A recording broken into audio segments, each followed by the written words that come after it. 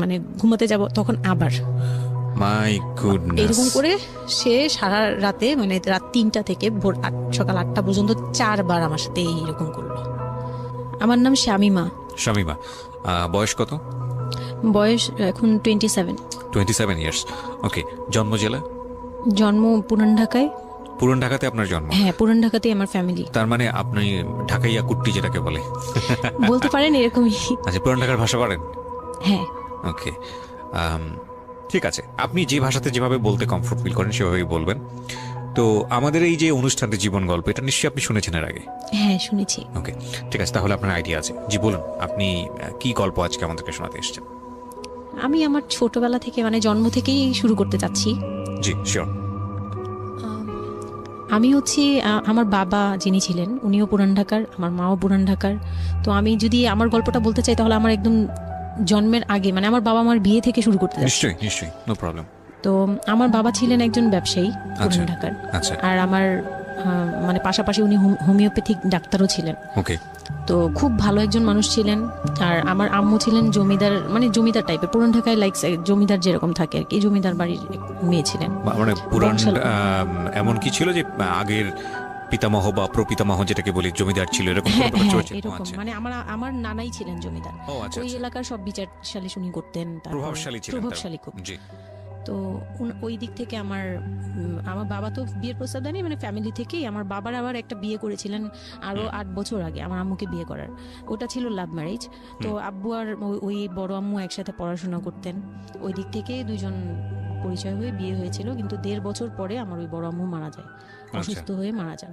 তারপরে আমার আব্বু আর বিয়ে করবেন না এরকম বলেছিলেন যে আর বিয়ে করবো না। তারপর প্রায় 8 বছর পরে আমার দাদু আর ফুপ্পিরা মিলে মানে আমার আম্মুকে চুজ করে তারপর বউ করে নিয়ে আসেন। তো আমার আম্মু খুব অসুস্থ থাকতেন প্রায়, আমার আম্মু একটু ফিজিক্যালি একটু দুর্বল। আচ্ছা। তো ওইখান থেকে আমার আম্মুর বিয়ের প্রায় 2-3 বছর পরে আমার একটা বোন হয়। সেই বোনটা মারা যায় 6 মাসের মাথায়। আমার বোনটা মারা যায়। বোনটা মারা যাওয়ার পরে আমার আরেকটা কথা আমি এখানে ভুলে গেছি, যে আমার যে ফার্স্ট মা ছিলেন মানে বড় মা, আমার আব্বুর যে রিলেশন ছিল, ওইখানে একটা মেয়ে হয়েছিল। ওই মেয়েটার প্রায় 6 মাসের মাথায় মানে পেট খারাপ করে অসুস্থ হয়ে মারা যায়। তো তার পরপরই আমার বড় মাও মারা যায়। তো ওইখানে হচ্ছে আমার ওই বাচ্চাটা ছিল মেয়ে বাচ্চা। হ্যাঁ, তো ওর পরে আমার আব্বু 8 বছর পর বিয়ে করে। তারপর আমার মার একটা মেয়ে হয়, ওই মেয়েটাও মানে ওই মেয়েটা হচ্ছে জন্মের সময় মারা যায়। আর ওই ফার্স্টেরটা হচ্ছে 6 মাস পর মারা যায়। তো এই মেয়েটা হচ্ছে জন্মের সময় মারা যায়। তারপর তার 5 বছর পর আমার ভাইয়া হয়, আমার ভাইয়া আসে। তারপর আমার আম্মুকে বলা হয়েছিল যে আপনার হয়তো অপারেশন করতে হবে, কারণ আপনি আর কনসেপ্ট করতে পারবেন না, খুব অসুস্থ ছিল আম্মু। দুইটাই সিজার ছিল, তো ওই সময়টাতে আর কি সিজার বেশি করা যেত না, তাহলে রিস্ক মানে লাইফে একটা রিস্ক থাকে। তো ওই দিক থেকে আমার আম্মুকে বলা হয়েছিল যে আপনার হয়তো বা ইউট্রাসের অপারেশন করতে হবে। তো আমার আম্মু তখন বলেছিল যে না, আমার একটা মেয়ে দরকার। খুব অসুস্থ অবস্থায় বলেছিল আমার একটা মেয়ে দরকার, মানে আমার যদি একটা মেয়ে থাকতো খুব ভালো। হয়তো বা সৃষ্টিকর্তাই যাচ্ছিলেন যে একটা মেয়ে, মানে আমি যে আসবো এটা তো আর উনি জানতেন না, কিন্তু থাকে না যে অনেক সময় কিন্তু মিলে যায় এরকম। তো আমার আব্বু বলছিল যে মেয়ে হোক ছেলে হোক আরেকটা হলে ভালো হয়। তো ওইভাবে ট্রিটমেন্ট নিয়ে আমার প্রায় 2 বছর পরে আমি আমার আম্মুর মানে পেটে আসি। তারপর আমার জন্ম হওয়ার পরে আমরা ভালোই ছিলাম। আব্বুর বিজনেস ভালো ছিল। কিসের বিজনেস ছিল? ওনার হচ্ছে ইলেকট্রিক পার্সের বিজনেস ছিল।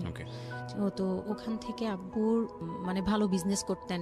পুরান ঢাকায় ছিলাম আমরা 4 জন, একটা ফ্ল্যাট নিয়েছিলাম। আব্বু বিজনেস করতো, আমি স্কুলে ভর্তি হলাম, ভাইয়া স্কুলে ভর্তি হলো।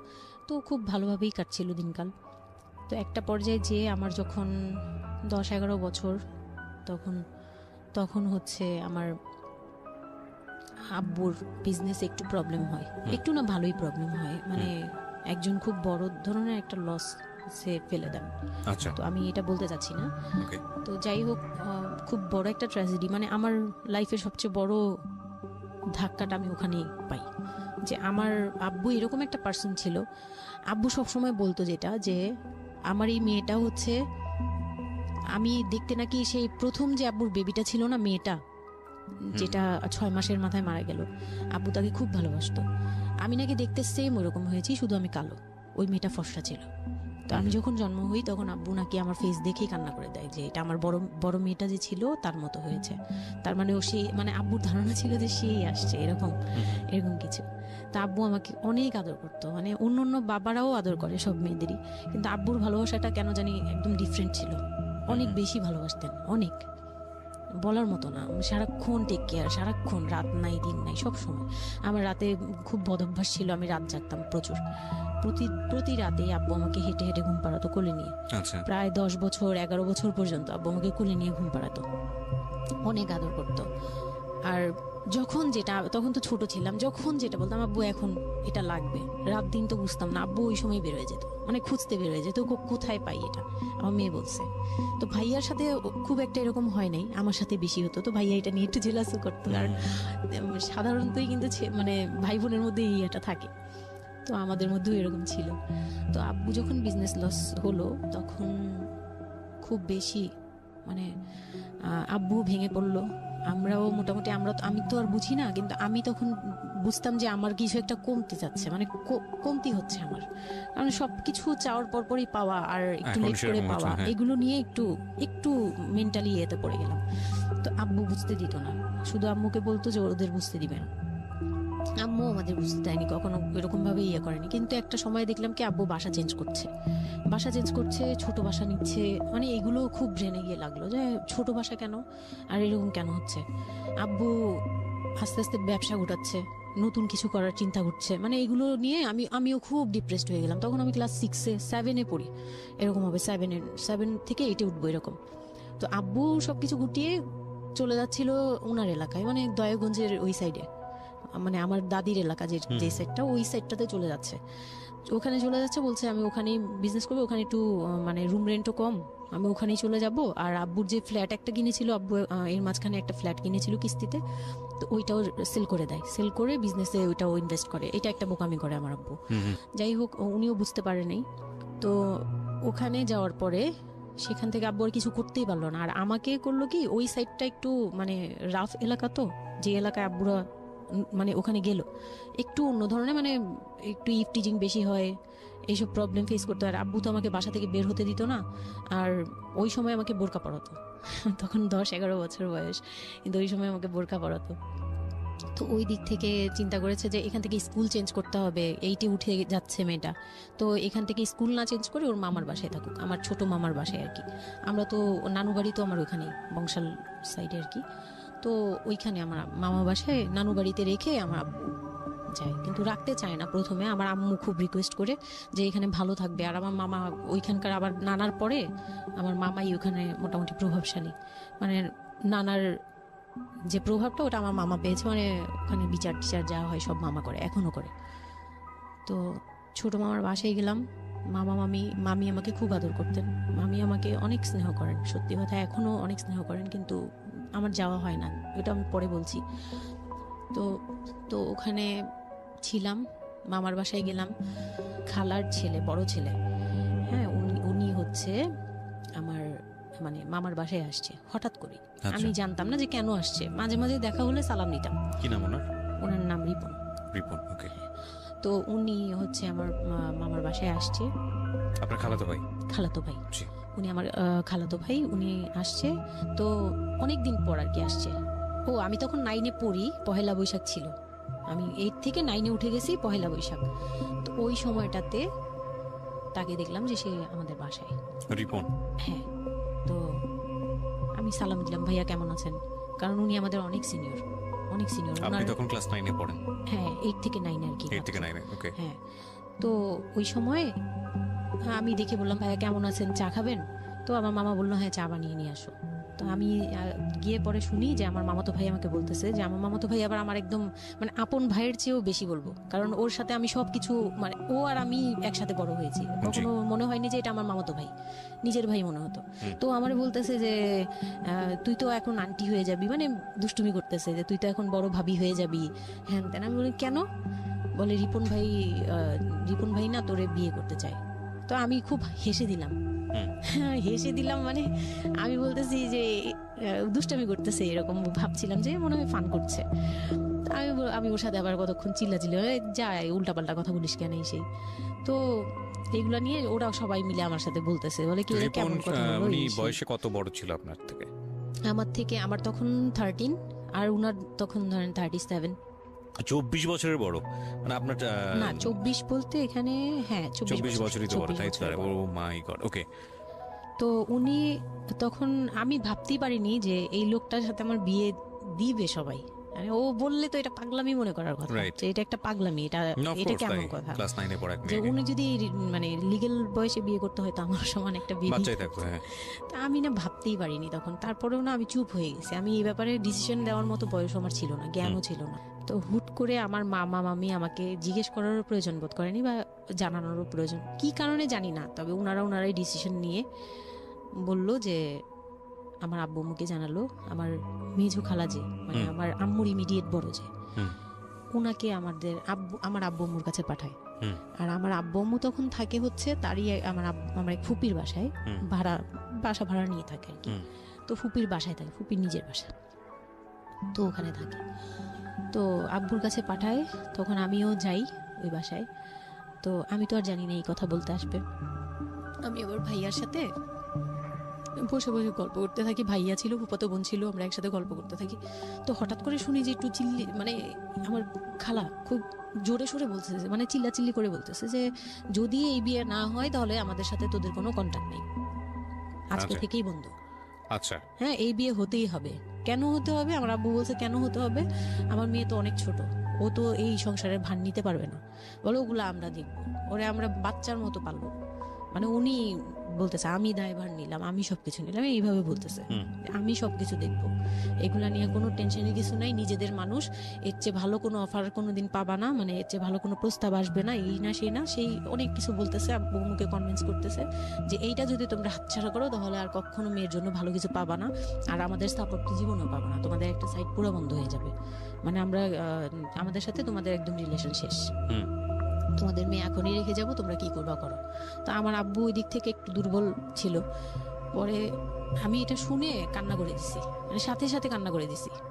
তো আমার ভাইয়াও বুঝছে, আমাকে নিয়ে ছাদে চলে গেছে। আমার ফুফাতো বোন, ভাইয়ার এক খুব ক্লোজ ফ্রেন্ড ছিল, ছোটবেলার বন্ধু, সেও আমাকে খুব আদর করতো বোনের মতো, সেও গেল উপরে, বলতেছে আব্বু তুই কান্না করিস না, আমরা দেখতেছি কি করা যায়। তো আমার ভাইয়া বলতেছে বলে কি আমি ওরে নিয়ে কোথাও পালিয়ে যাই, আমার মনে হচ্ছে যে আমি ওকে নিয়ে এখন কোথাও পালিয়ে যাই, যে রিপন ভাই এটা কিভাবে এটা বলতে পারে যে বিয়ে করবে ওকে। তো আমি খুব কান্নাকাটি করছিলাম। আমার খালা চলে গেল, খালা চলে যাওয়ার পরে আমার ভাইয়া আব্বুকে যে কি বলছে জানি না, আব্বু আবার ছাদে আসছে, আমি কান্না করতেই আসি, মানে তখন কন্টিনিউ কান্না করতেছি। তো আমার আব্বু ছাদে এসে যেটা বললো, যে আমার আব্বু তখন বললো যে বলে আমি তোমাকে নিয়ে মানে বনে চলে যাব দরকার পড়লে, কিন্তু আমি ওর কাছে তোমাকে দিব। তো আমি দেখলাম যে আব্বু ফিজিক্যালি, মেন্টালি, আর্থিকভাবে সব দিক থেকে দুর্বল, এখন আমাকে নিয়ে যদি বের হয় সে পারবে না, এটুকু বুঝলাম, তার দ্বারা সম্ভব না এটা। পরে আমাকে বললো যে তুমি যদি রাজি থাকো তাহলে আমার কোনো আপত্তি না, যদি তুমি বলো যে না আব্বু আমি রাজি না, তুমি শুধু একবার বলো, তাহলে আমি তোমাকে নিয়ে বের হয়ে যাবো, আমরা বাবা মেয়ে কই থাকবো কেউ জানার দরকার নেই। আপনার মার কি ভূমিকা ছিল এই সময়? আমার মা তখন বলতেছে যে দিবে, আমার মা ইচ্ছা ছিল যে দিবে, কারণ আমার মা তখন এই জিনিসটা বুঝে না, মানে আমার মা এমনিতেও অনেক সহজ সরল, সত্যি কথা বলতে ওনার দোষ না এটা, সেইটা বুঝতো না যে এই যে ডিস্টেন্সে বিয়ে দিলে এই বিয়েগুলো টিকে না, বা 24 বছর বয়সের ডিফারেন্স, এগুলো নোট করবেন, এবং খুব ইম্পর্টেন্ট, আসলে খুবই ইম্পর্টেন্ট, কারণ বয়সের গ্যাপটা না ঠিক আছে, কিছু কিছু মানুষের জীবনে যে ব্যতিক্রম ঘটে না তা কিন্তু না, কিন্তু এই ব্যতিক্রমটা যদি আমরা উদাহরণ হিসেবে নিয়ে সবার উপর চাপিয়ে দেওয়ার চেষ্টা করি তাহলে কিন্তু সেটা সম্ভব নয়। ঠিক আছে, একটু খেয়াল করবেন, 24 বছরের ডিফারেন্স হচ্ছে ও এবং ওর খালাতো ভাই রিপনের মধ্যে। ও যখন 13 বছর তখন ওর খালাতো ভাই হচ্ছে 37। So it's a huge gap. সাধারণত বলা হয়ে থাকে 4-5 বছরের গ্যাপ ইজ ওকে, কিন্তু এর থেকে বেশি না হওয়াটাই বেটার। সেক্ষেত্রে 24 বছর, কোথায় 4-5 বছর আর কোথায় 24 বছর। হ্যাঁ, দেন হচ্ছে ওই বিয়েটা, মানে আপনি কি বললেন? এখন তো সিদ্ধান্ত আসলে আপনার জায়গায় ছিল। সিদ্ধান্ত আমার জায়গায় বলতে আমি তখন 13 বছর বয়স, তো মানে আমি তখন প্রেমও করিনি একটাও, মানে একটা এজ থাকে কিন্তু সবকিছুরই। মানে তখন দেখতাম যে আশপাশে মানে যারা কলেজে পড়ে, আমার একটা টার্গেট ছিল যে আমিও একদিন কলেজে পড়বো, আমার অনেক ফ্রেন্ড সার্কেল থাকবে, হয়তো আমার ভালো একটা রিলেশন থাকবে বা বিয়ে হবে, এরকম সবারই একটা ইয়ে থাকে। কিন্তু ওই বয়সটাতে আমার ওইটুকু যাওয়ারও মানে ওই চিন্তাতে আমি যাইনি তখনও, যে আমি একটা রিলেশন করব আর ওই জায়গায় বিয়ে। তো আমি আমার আব্বুকে মনে প্রাণে বিশ্বাস করতাম, তো আব্বুর উপরে ছেড়ে দিলাম। আব্বুকে আর ভাইয়াকে বললাম যে দুইজন সামনে ছিল, আমাকে বারবার জিজ্ঞেস করতেছে তুমি যদি ইয়েস বলো ইয়েস, তুমি যদি না বলো তাহলে আমি তোমাকে নিয়ে বেরিয়ে যাবো। ভাইয়াও বলতেছে বলে আমিও আপনার সাথে যাবো। তো আমি দেখতেছি আব্বু এমনিতেই 1 থেকে 1.5 বছর বা 2 বছর ধরে এরকম সার্ভাইভ করতেছে, মানে নিজে যুদ্ধ করে পারতেছে না, কাজকর্ম সবকিছু বন্ধ হয়ে গেছে, মানে বিজনেস টিজনেস সব গুটিয়ে ফেলছে। তারপর উনি যে এখন নিজে চলবে ওইটাই চলতে পারতেছে না, মানে খুব কষ্ট হচ্ছে। আমাকে আমার মতো মানে আমাকে যেখানে উনি একটা রাত 24 ঘন্টা একবার হলো আমাকে দেখতে হতো, ওই জায়গায় আমার মামার বাসায় ফেলে রাখছে, প্রতিদিন হেঁটে যেত, দেখে আসতো, একবার হলেও দেখে আসতো, মানে এরকম কষ্টগুলো করছে। ওই দিক থেকে চিন্তা করে দেখলাম যে না, আমার আসলে ওনাকে প্রেশার দেওয়া উচিত না, ওনার উপর ছেড়ে দিই। তখন আর কি এটাই মাথায় কাজ করছে যে আব্বু আপনি যেটা বলবেন সেটাই। পরে তার 1 সপ্তাহের মধ্যে 14 এপ্রিল পহেলা বৈশাখ আর 23 তারিখে আমার এঙ্গেজমেন্ট হয়ে যায়। হ্যাঁ, ওই উনি একদম খুব তাড়াহুড়া করে যে এঙ্গেজমেন্ট হতে হবে, বিয়ে হতে হবে খুব শীঘ্রই, তো ওইভাবে এঙ্গেজমেন্ট হয়। মানে এঙ্গেজমেন্টের পরেও আমি একদম স্টপ, আমার মাথায় কিছুই, তখন আমি পুরোপুরি ব্ল্যাঙ্ক, মানে আমি যে নিজের থেকে কিছু বলবো কিছু করব আমার ভিতরে ওইগুলো আর কাজ করছিল না।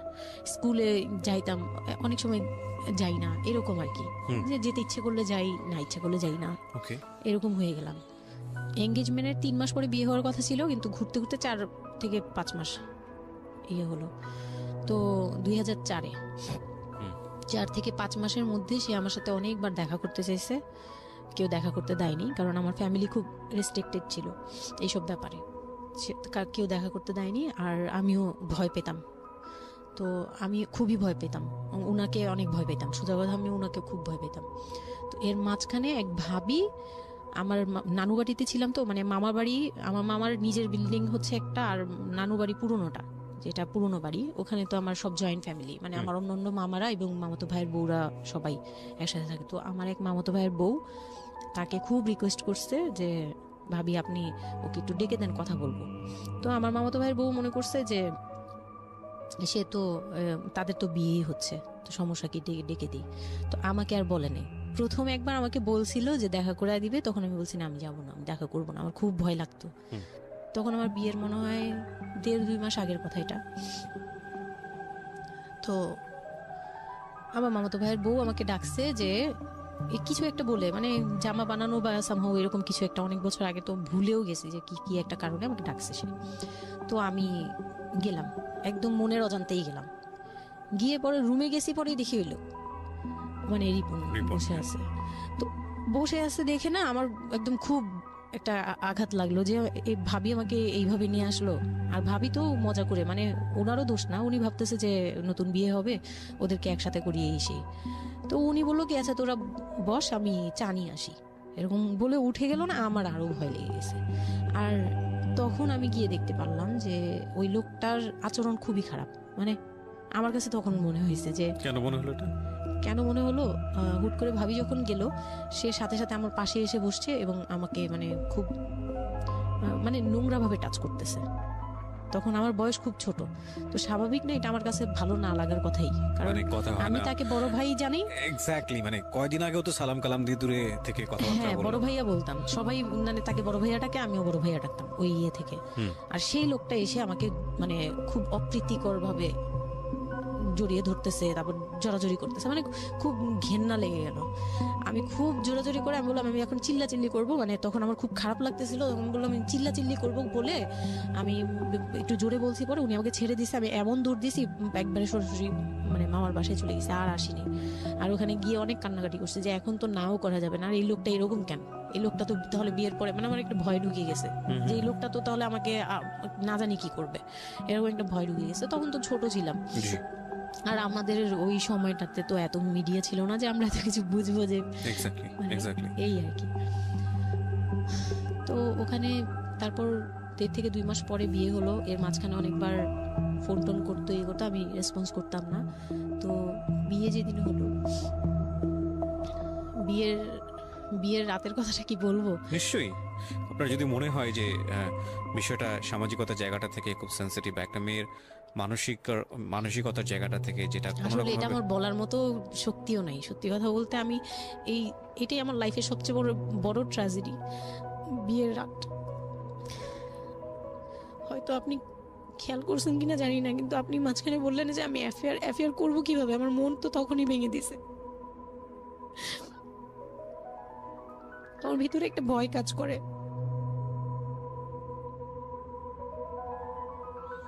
কি হয়েছিল আমি জানি, আপনি খুব সুন্দর করে বলছেন গল্প, আপনি আপনার মতো করেই বলবেন, আমরা আসলে মূল মেসেজটাই পেতে চাই।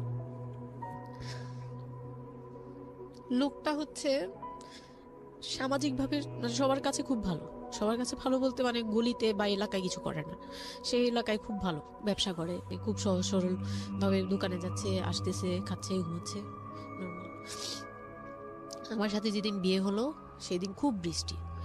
তো আমার তো ওই একদিনে আমার ভাবির রুমে, ওই দিনে আমি তার রূপ দেখে ফেলছি। তো তখন থেকে আমার তাকে দেখলে মানে গা শিউরে উঠতো, যে মনে হতো যে ভয়ঙ্কর একটা কিছু করবে। মানে মনে হতো, তখন আমি বুঝতাম না, সেক্সুয়াল লাইফটা বুঝতাম না যে সেক্স কি জিনিস, কিন্তু তখন একটা ভয় ঢুকে গেছে, খুব চাপা একটা ভয়। প্রথম কথা হচ্ছে যে আপনি একটা ছেলে এবং মেয়ের মধ্যে যে স্বাভাবিক সম্পর্কটা বিবাহ পরবর্তী, এটা সম্পর্কে আপনার কোনো আইডিয়া ছিল? আপনাকে কেউ বলেছে? এটা সম্পর্কে কোনো আইডিয়াই ছিল না, শুধু জানতাম যে কিছু একটা হয়, কিন্তু কি হয় সেটা আপনি জানতেন না। আপনাকে বিয়ের রাতে বা আগে পরেও কেউ কখনো কিছু বলে না? আমার বিয়ের আগে আমার এক ভাবি ছিল, মানে যেই ভাবির বাসায় গেছি সেই ভাবি না, আরেকটা ভাবি ছিল, উনারই বড় যা আর কি। তো ওই ভাবি আমাকে জাস্ট কানে কানে বলছে যে আজকে কিন্তু যাই হোক একদম চুপ থাকবি, আমাকে এইভাবে বলছে। শুধু এটা বলেছে আজকে যাই হোক, আরো ভয়ানক কথা বলেছে, মানে এটা শুনলে তো আরো ভয় লাগে। যাই হোক কি হবে, বলে কিছু বুঝো না তুমি, হ্যাঁ কিছু এতই ছোট, কিছু বুঝো না, এইগুলি বলতেছে। মানে আপনার মনে আরো বেশি ভয় ঢুকে গিয়েছে। কোন ধরনের চিল্লাচিল্লি করবি না, চুপচাপ থাকবি, মানে জাস্ট হাসি মুখে এরকম করে বলছে। কিন্তু আমার কাছে একটু ভয় লাগছে তখন, যে এই লোকটা তো ওই সময় যদি এরকম মানে খপ করে জড়া ধরতে পারে, এই লোক কি করতে পারে, কি হতে পারে, মানে এই টাইপের একটা ভয় কাজ করছে তখন এই জিনিসগুলো বুঝতাম না, মানে ফিজিক্যাল রিলেশন বা এগুলি এই সম্পর্কে কিছুই জানতাম না। জানতাম যে কিছু একটা হয়, হাজবেন্ড ওয়াইফে কিছু হয়, কিন্তু কি হয় এটা জানতাম না, এরকম ছিলাম। তো নর্মালি যখন বিয়েটা হলো, কমপ্লিট হলো, সে তো মানে কতক্ষণে রুমে যাবে এরকম। একটু পজ দিচ্ছি আমি এখানে, কারণ আমি জানি যে ম্যাক্সিমাম, আমি গেস করছি এখানে, কারণ এদিকে এখানে যারা শুনবে বা এই মুহূর্তে যারা শুনছে তাদের ইন্টেনশনটাকে আমি একটু ক্লিয়ার করতে চাই। সেটা হচ্ছে, আমরা এটা বলি যে this is an entertaining show, but এই জীবন গল্প বলেন বা আমার লাস্ট 7-8 ইয়ার্সের ক্যারিয়ারে আমি রেডিওতে যে ধরনের প্রোগ্রাম করেছি, সোশ্যাল অ্যাওয়ারনেসের জায়গাটা থেকে এটা কি ধরনের ভূমিকা রেখেছি সেটা আপনারা আপনাদের জায়গা থেকেই ভালো মূল্যায়ন করতে পারবেন। বাট আমি একটু করজোরে আপনাদের কাছে একটা মিনতি করতে চাই, এই ঘটনাটাকে সিনেমা হিসেবে না দেখে, সিনেমার পর্দায় কিছু একটা ঘটতে যাচ্ছে এরকম একটা কিছু হিসেবে না দেখে, রেডিও হিসেবে না দেখে, একটু নিজের জায়গা থেকে চিন্তা করে দেখবেন, বা যদি বিষয়টা এরকম হয় একটা মানবিক জায়গা থেকে একটু চিন্তা করে দেখবেন। 24 বছরের গ্যাপ হাজব্যান্ড আর ওয়াইফের মধ্যে, 24 ইয়ার্স, 13 বছরের একটা মেয়ে, যে মেয়েটার জীবনে প্রেম বলতে কোনো কিছু আসেনি, শারীরিক সম্পর্ক কি সে বোঝেই না, এবং দ্বিতীয়ত যে বিষয়টা ইম্পর্টেন্ট, বয়ঃসন্ধিকালের একেবারে ইনিশিয়াল স্টেজে সে আছে, সে জানি না আসলে বিষয়গুলো কি। আর 37 বছর মানে হচ্ছে আমাদের পার্সপেক্টিভ থেকে, আমাদের সামাজিকতার জায়গা থেকে, একটা ছেলে যখন একদম এই সমস্ত স্টেজ, প্রেম বলেন, শারীরিক সম্পর্ক বলেন, বা অন্যান্য যে বিষয়গুলো আছে সেগুলো বলেন, সেগুলো অতিক্রম করে মোটামুটি বৈষয়িক হয়ে গেছে। বৈষয়িক বলতে আমি যেটা বোঝাচ্ছি, এই জীবনে এসে দায়িত্ব ছাড়া অন্য কোনো কিছু থাকে না 37 কিংবা 40 বছরের পর থেকে, এরকম একটা স্টেজে আছে। তার মানে ওদের মধ্যে মেন্টাল ম্যাচিংয়ের কত বড় একটা গ্যাপ। সেই জায়গাটা থেকে ছেলেটা যদি মেয়েটাকে বুঝতে না চেষ্টা করে, বিশেষ করে ছেলের দায়িত্ব, কারণ যেহেতু সে সিনিয়র, যদি বুঝতে না চেষ্টা করে, তাহলে এটা কতটা অমানবিক এবং কতটা পাশবিক, কতটা ভয়ঙ্কর হতে পারে মেয়েটার জায়গাটা থেকে, এটা একটু চিন্তা করবেন। সো বিশেষ করে যারা 500 রাত বিষয়টাকে মাথায় রাখছেন, তাদেরকে আমি বলবো, প্লিজ থিঙ্ক লাইক দিস। হ্যাঁ, এখানে একটু মানবিক হওয়া প্রয়োজন। এখানে যদি আমরা শুধু এন্টারটেনমেন্ট হিসেবে বিষয়টাকে নেই, তাহলে আমি আসলে যে কারণে এই বিষয়টা আনতে চাচ্ছি সেই মেসেজটা ক্লিয়ার হবে না। Okay, so please fill the story actually. তারপর বিয়ের দিন যেটা আর কি, রাতের বেলা সবাই আমাকে নিয়ে আসলো বাড়িতে, মানে ওনাদের বাসায়। তো ওই বাসায় হচ্ছে একটা রুম, মানে প্রথম হচ্ছে বাসায় ঢুকেই কোনো বারান্দা টারান্দা কিছু নেই, শুধু রুম আর সিঁড়ি, সিঁড়ি ঘর। মানে পুরান ঢাকার বাসাগুলো একটু বেশি ইয়ে হয়তো, খুব ছোট ছোট হয়তো, ঘিঞ্জি টাইপের হয়। আমি একসময় জিএসআরসিতে কাজ করতাম, আমার ফার্স্ট জব ছিল ওটা, আমি সার্ভে করেছিলাম পুরান ঢাকায়। সেটাই আমার প্রথম পুরান ঢাকায় যাওয়া, এবং আমার কাছে মনে হয়েছিল যে আমি কোথায় এসেছি।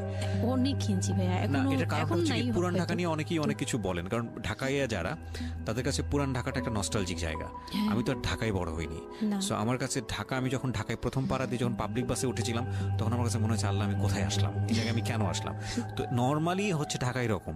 তারপরে যখন পুরান ঢাকায় গেলাম, পুরান ঢাকার সাথে আমার ওই ধরনের অ্যাটাচমেন্ট কখনোই ছিল না, অনেক বেশি, অনেক ঘিঞ্জি। আমার মনে আছে চকবাজারের যেই চকবাজার নামে একটা যে জায়গা আছে, ওখানে চুরি পট্টি বা কি যেন একটা আছে না, যে মেয়েদের কসমেটিক্স বিক্রি করে, ম্যাক্সিমাম হচ্ছে নকল, আমি জানি না এখন কি রকম আছে। তো আমি জীবনে কোনোদিন দেখি নাই যে একটা মানুষ আরেকটা মানুষকে গলি দিয়ে ক্রস করতে পারে। এবং ইন্টারেস্টিং বিষয় হচ্ছে এখানে তো মেয়েরা ঢোকেই না, এবং ওর ঢোকার পরে উপরে ছাদ, মানে এমন ভাবে বিল্ডিংটা, অনেকগুলো বিল্ডিং মিলে ওই এলাকাটা, ওখানে ধাক্কা লাগবে, মানে এরকম একটা অবস্থা যে একজন আরেকজনকে ক্রস করতে খুব ভয়ানক, মানে ভয়ানক অবস্থা। আর আমি সার্ভে করেছিলাম, যেহেতু আমি বিল্ডিং গুলো সার্ভে করতাম, মানে অনেক, আমি একটা ইউনিভার্সিটিতে অনার্স দিয়ে, না অনার্সের থার্ড ইয়ার বা সেকেন্ড ইয়ারে থাকা অবস্থার ঘটনা এটা, আমি সার্ভে করেছিলাম বিল্ডিং গুলো। তো সেই সময় ওই সময়টাতে আমার একটু জানা হয়েছে আর কি। তো আসলে ভয়ানক রকমের কিনছি। হ্যাঁ, তো বলুন যেটা বলছিলেন। তো যেটা বলছিলাম যে ওই রাতে ওই একটা রুম, এরকম রুমের উপরে রুম, তার উপরে রুম, মানে সিঁড়ি রুম, সিঁড়ি রুম এরকম। আর প্রথম যে রুমটা, মানে নিচতলায় যে রুমটা ছিল, সেই নিচতলা রুমের সিঁড়ির নিচে ছিল চুলা আর বাথরুম, সিঁড়ি কর্নারে। ওকে, মানে এটা হচ্ছে ওদের নিজের বাড়ি। ওকে, এইটুকুই ছিল। মানে তিনটা রুম, মানে হচ্ছে হলো এক ধরনের বিল্ডিং, একটা বিল্ডিং, একতলা দুতলা তিনতলা এরকম বিল্ডিং, বা তিনটা রুম। হ্যাঁ, তিনতলা বিল্ডিং, কিন্তু সিঁড়ি আর রুম, সিঁড়ি আর রুম। মানে কত অল্প জায়গার মধ্যে এই জিনিসটা ম্যানেজ করেছে। হ্যাঁ, আমি পরে শুনেছি যে এটা আধা কাঠারও নিচে, আধা কাঠারও নিচে, ওই 1 শতক বা হাফ শতক জমি যেটাকে বলে। হ্যাঁ হ্যাঁ, শুধু একটা রুম আর সিঁড়ি, এইটুকু। তো ওইটুকুর মধ্যেই মানে বাড়িটা। তো ওই বাড়িতে আমার খালার বাড়ি ছিল, আমি তো প্রায়ই যেতাম, বেড়াতে যেতাম ছোটবেলায়।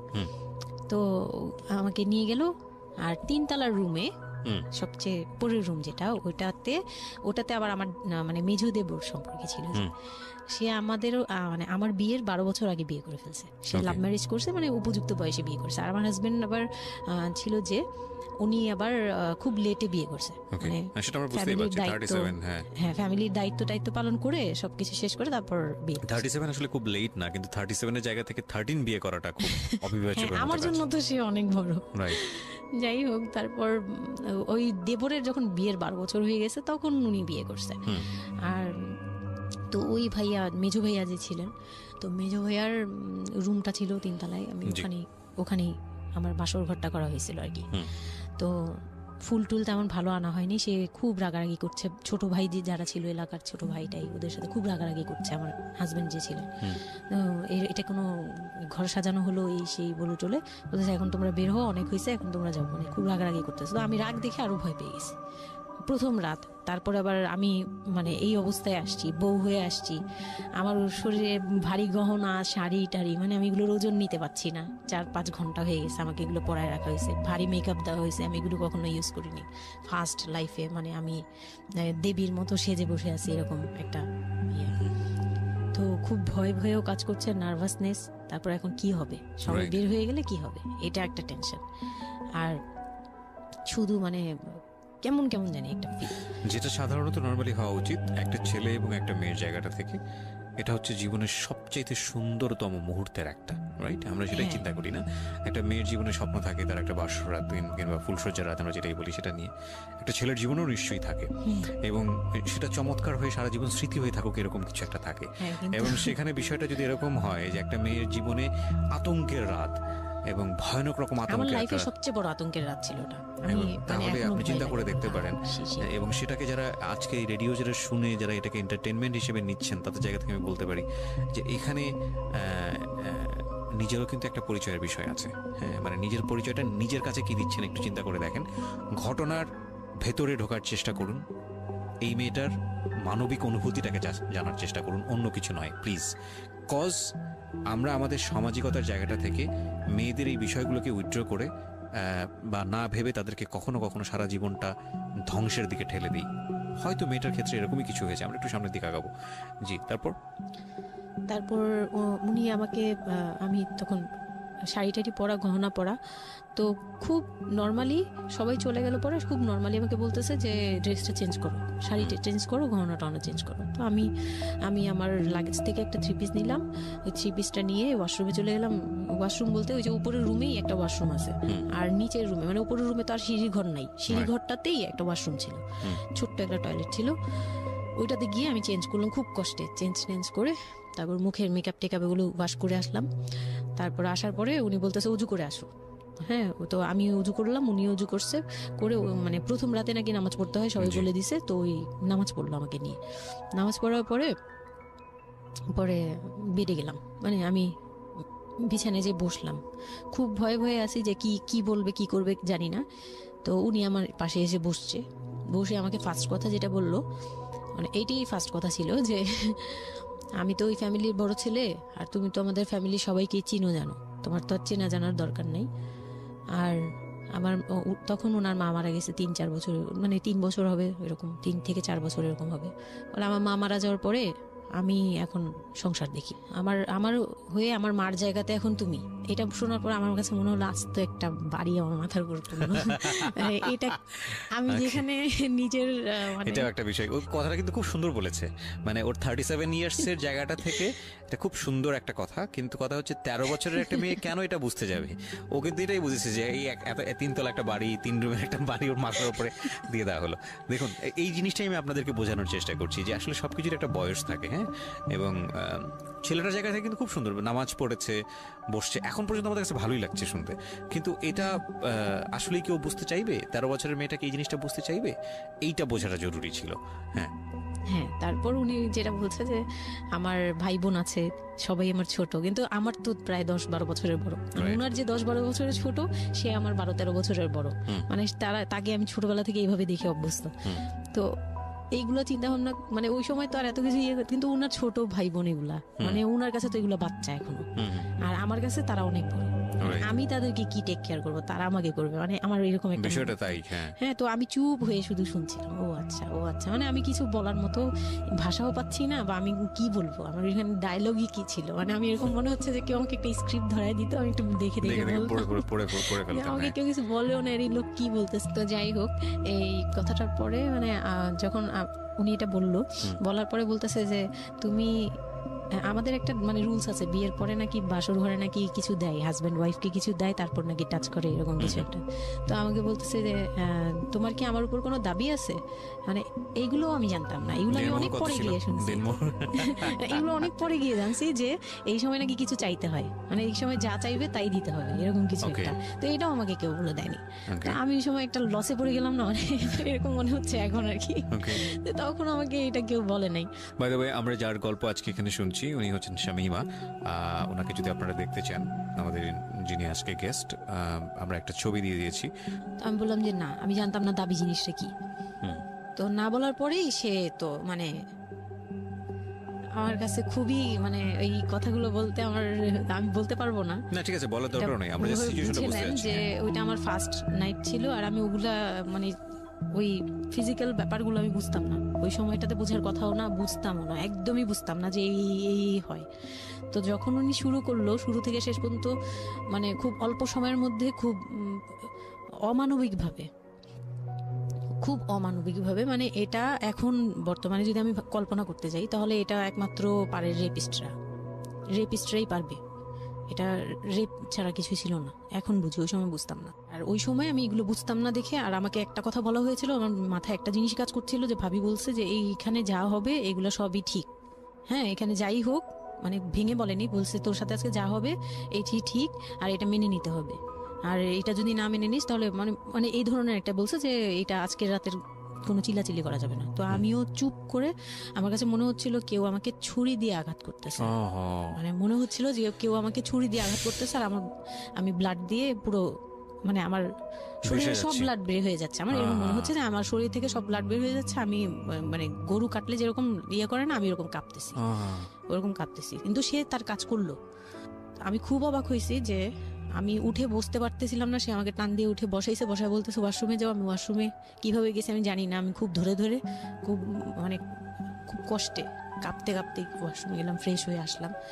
আসার পর পর আমি খুব কষ্টে, যে আমি যখন বিছানায় মানে ঘুমাতে যাব তখন আবার মাই গুডনেস, এরকম করে সে সারা রাতে মানে রাত 3টা থেকে ভোর সকাল 8টা পর্যন্ত 4বার আমার সাথে এইরকম করলো।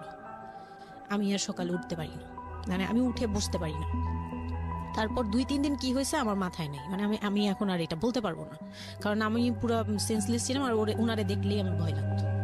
সে যতবার আসতেছে সামনে। 2-3 দিন আপনি সেন্সলেস অবস্থায় ছিলেন? আমি জানি, মানে আমি সেন্স ছিল, কিন্তু আমি এখন গল্পটা বলতে পারবো না যে এই 2-3 দিনে কি কি হয়েছে। আচ্ছা আচ্ছা। এই 2-3 দিন আমার বৌভাত হয়েছে, আমাকে পার্লারে নিয়ে যাওয়া হয়েছে, কিন্তু আমি নিস্তব্ধ।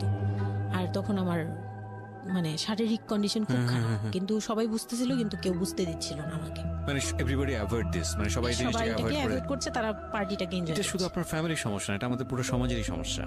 এটা সমাজটাই অ্যাভয়েড করে। এবং আমার মনে আছে I face huge difficulty for the first time যখন আমি রেডিওতে এই ধরনের আমি নট আজকেই না প্রথম, আমি এটা আগে বিষয়গুলো খুব চ্যালেঞ্জ জায়গা থেকে আমি প্রচার করার চেষ্টা করেছিলাম। অ্যান্ড আই ফেস, এগুলো হয়তো আমার লিসনাররা কখনোই জানে না, আই ফেস হিউজ ডিফিকাল্টিস।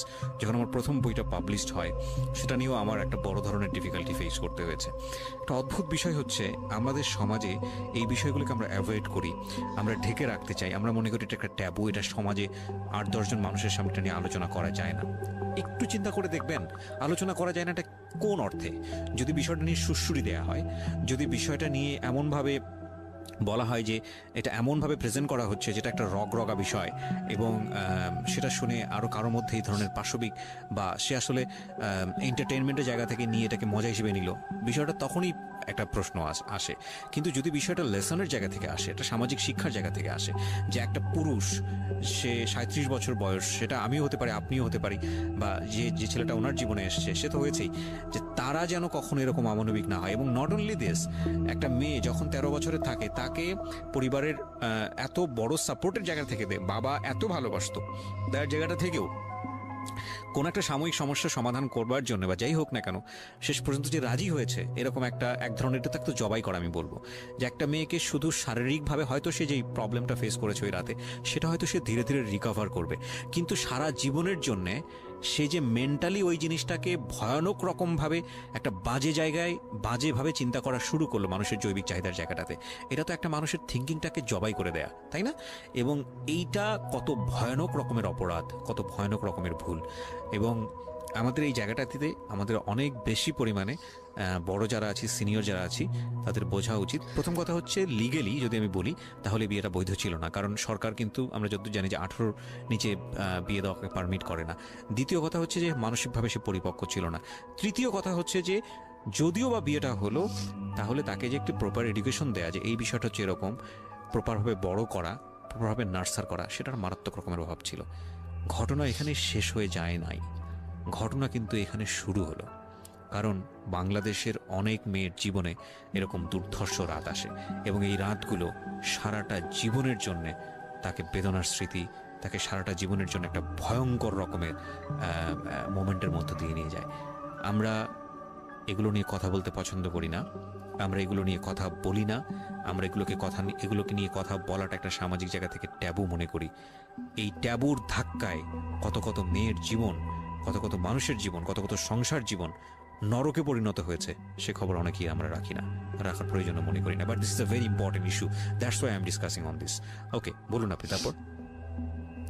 তারপর যেটা হচ্ছিল যে মানে ওই রাতের পর থেকে মানে ওই লোকটাকে আমার শুধুই দায়িত্ব মনে হয়েছে। মানে আমার কাছে মনে হতো যে এটা আমার দায়িত্ব, যে উনার বাসায় আমার থাকতে হবে, আর উনার সাথে থাকলে আমার এরকম করতে হবে।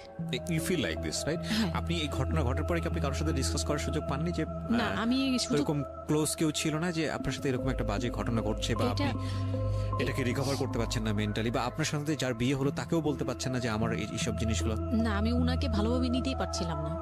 সোজা কথা, আমি উনার সাথে কোনো কিছু ডিসকাস করতাম না, বা অনেক পরে গিয়ে যখন ডিসকাস করেছি তখন উনি আমাকে উল্টাপাল্টা বুঝ দিয়েছে। মানে অনেক পরের সময়টাতে, হ্যাঁ, ওটা হ্যাপেন্স রেগুলারলি না, র্যান্ডমলি জিনিসগুলো হয়ে যাচ্ছিল আপনার সাথে? হ্যাঁ, প্রায় মাস থেকে 2-3 মাস এরকম হলো। তারপর মানে এটা আমি বলি যে প্রথম তো 4-5 দিন তো রেগুলার হলো, তারপর আমার ব্লিডিং অফ হচ্ছিল না, আমার কন্টিনিউ হচ্ছিল ব্লিডিং।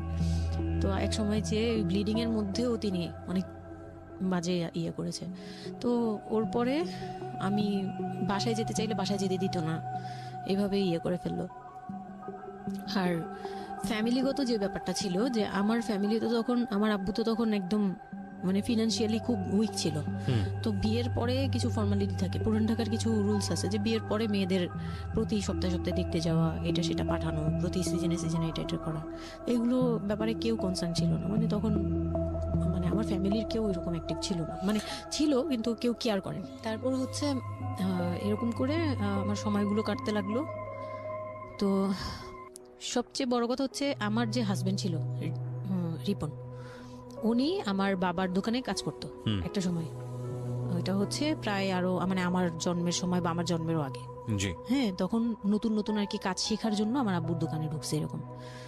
তো আমার আব্বু তাকে ক্যাশ বুঝিয়ে দিয়েছিলেন নাকি, তখন নাকি ক্যাশ দিত।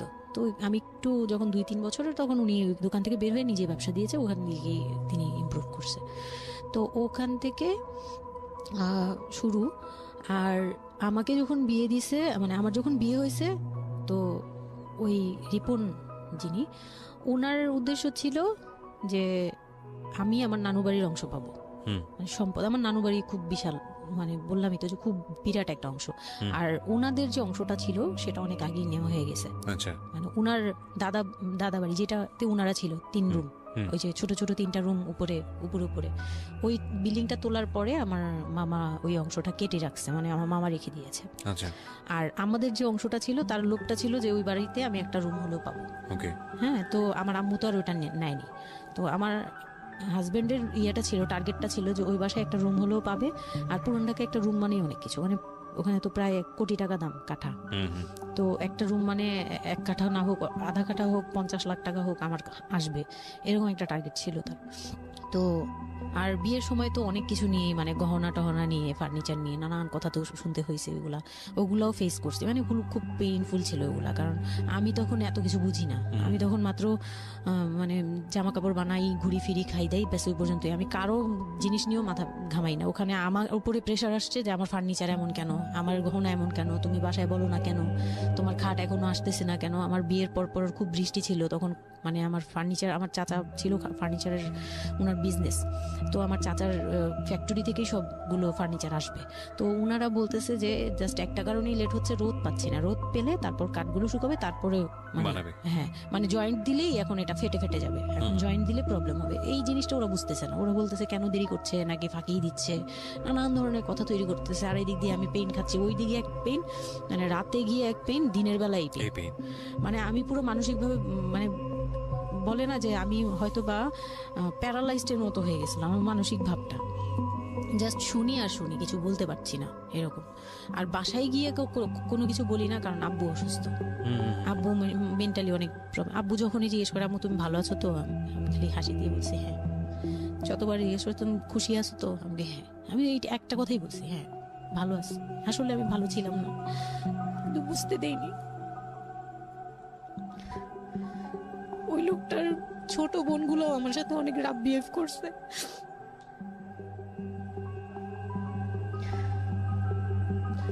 তো অনেক রুডলি আচরণ করেছে। আর ওনার যে ছোট ভাইটা ছিল, মানে আমার যে মেজো ভাই যেটা আর কি, ওনার আগে যেটা বিয়ে করেছে, তো ওনার ওয়াইফ ছিল আমার অনেক বছরের বড়, কারণ তাদের বিয়ে হয়েছিল 12 বছর আগে। আমার বিয়ের 12 বছর আগে তার বিয়ে হয়েছিল। আমি যখন বাড়িতে বেড়াতে আসতাম তখন মানে ভাবি রাতে খাওয়া দাওয়া এরকম, আমি ভাবি বলেই ডাকতাম, কিন্তু সম্পর্কে আমি বড় যা। কিন্তু উনার প্রায় উনাকে আমাকে একসাথে কোথাও দেখলে কেউ বলতো যে তোমার মেয়েটা, মানে এভাবে বলতো। তো ওই দিক থেকে উনার একটু, এটা জেলাসি বলবো না, এটা হয় আসলে, এটা নর্মাল একটা ব্যাপার। কারণ একটা উনি অনেক এইজ হয়ে গেছিল, উনি নিজের জায়গা থেকে নিজেকে একটু দুর্বল মনে করতো। আমাকে এমনিতে সাপোর্টও দিত, আবার অনেক সময় দেখে কিন্তু পেইনও দিত, অনেক পেইন দিত। কিন্তু আমি ওই সময়টাতেই কেন জানি আমি ছোট থেকে এই জিনিসগুলো বুঝতে চেষ্টা করি যে কেউ আমাকে কেন জেলাসি করছে, কারণ তার মধ্যে কোনো দুর্বলতা আছে, আমার ওইটার জন্য মায়া হয়। আমার কখনো এইটা মনে হয় না যে সে কেন জেলাসি করবে, আমি তার সাথে এখন কোচাকুচি করবো, মানে এই টাইপের মেন্টালিটি আসে না আমার। কেন জানি মনে হয় এই জায়গাটা যদি শুধরানো যেত, তাকে যদি একটু বোঝানো যেত আমি তাকে খুব ভালোবাসি বা আমি তাকে কিছু হেল্প করতে চাই, এরকম মনে হতো। তো ওই দিক থেকে আমি কিচ্ছু বলতাম না, কিন্তু সে আমাকে খুব পেইন দিত। কথাবার্তা এটা সেটা, উনি অনেক সিনিয়র পার্সন ছিল, তো কোনো গেস্ট আসলে আমাকে কিভাবে ছোট করবে, কিভাবে আমাকে অপমান করা যায়, কিভাবে কি দিয়ে, এগুলো নিয়ে সবসময় ইয়ে করতো। ওই দিকগুলো খুব পেইনফুল ছিল। তো ওগুলো যখন শেষ করলাম, মানে আমার যাকে বলতাম মাঝে মাঝে দুই একটা কথা, এগুলো নিয়ে সে আবার মানে মানে এখানে সেখানে বলে আরো ব্যাপারটাকে বড় বানাতো। তো আমি তখন বুঝতাম না, এখন বুঝি। তো এর মাঝখানে হলো কি, আমি প্রেগনেন্ট হলাম। না না, বিয়ের 1.5 মাস পরে আমি হচ্ছে কক্সবাজার যাব। আচ্ছা।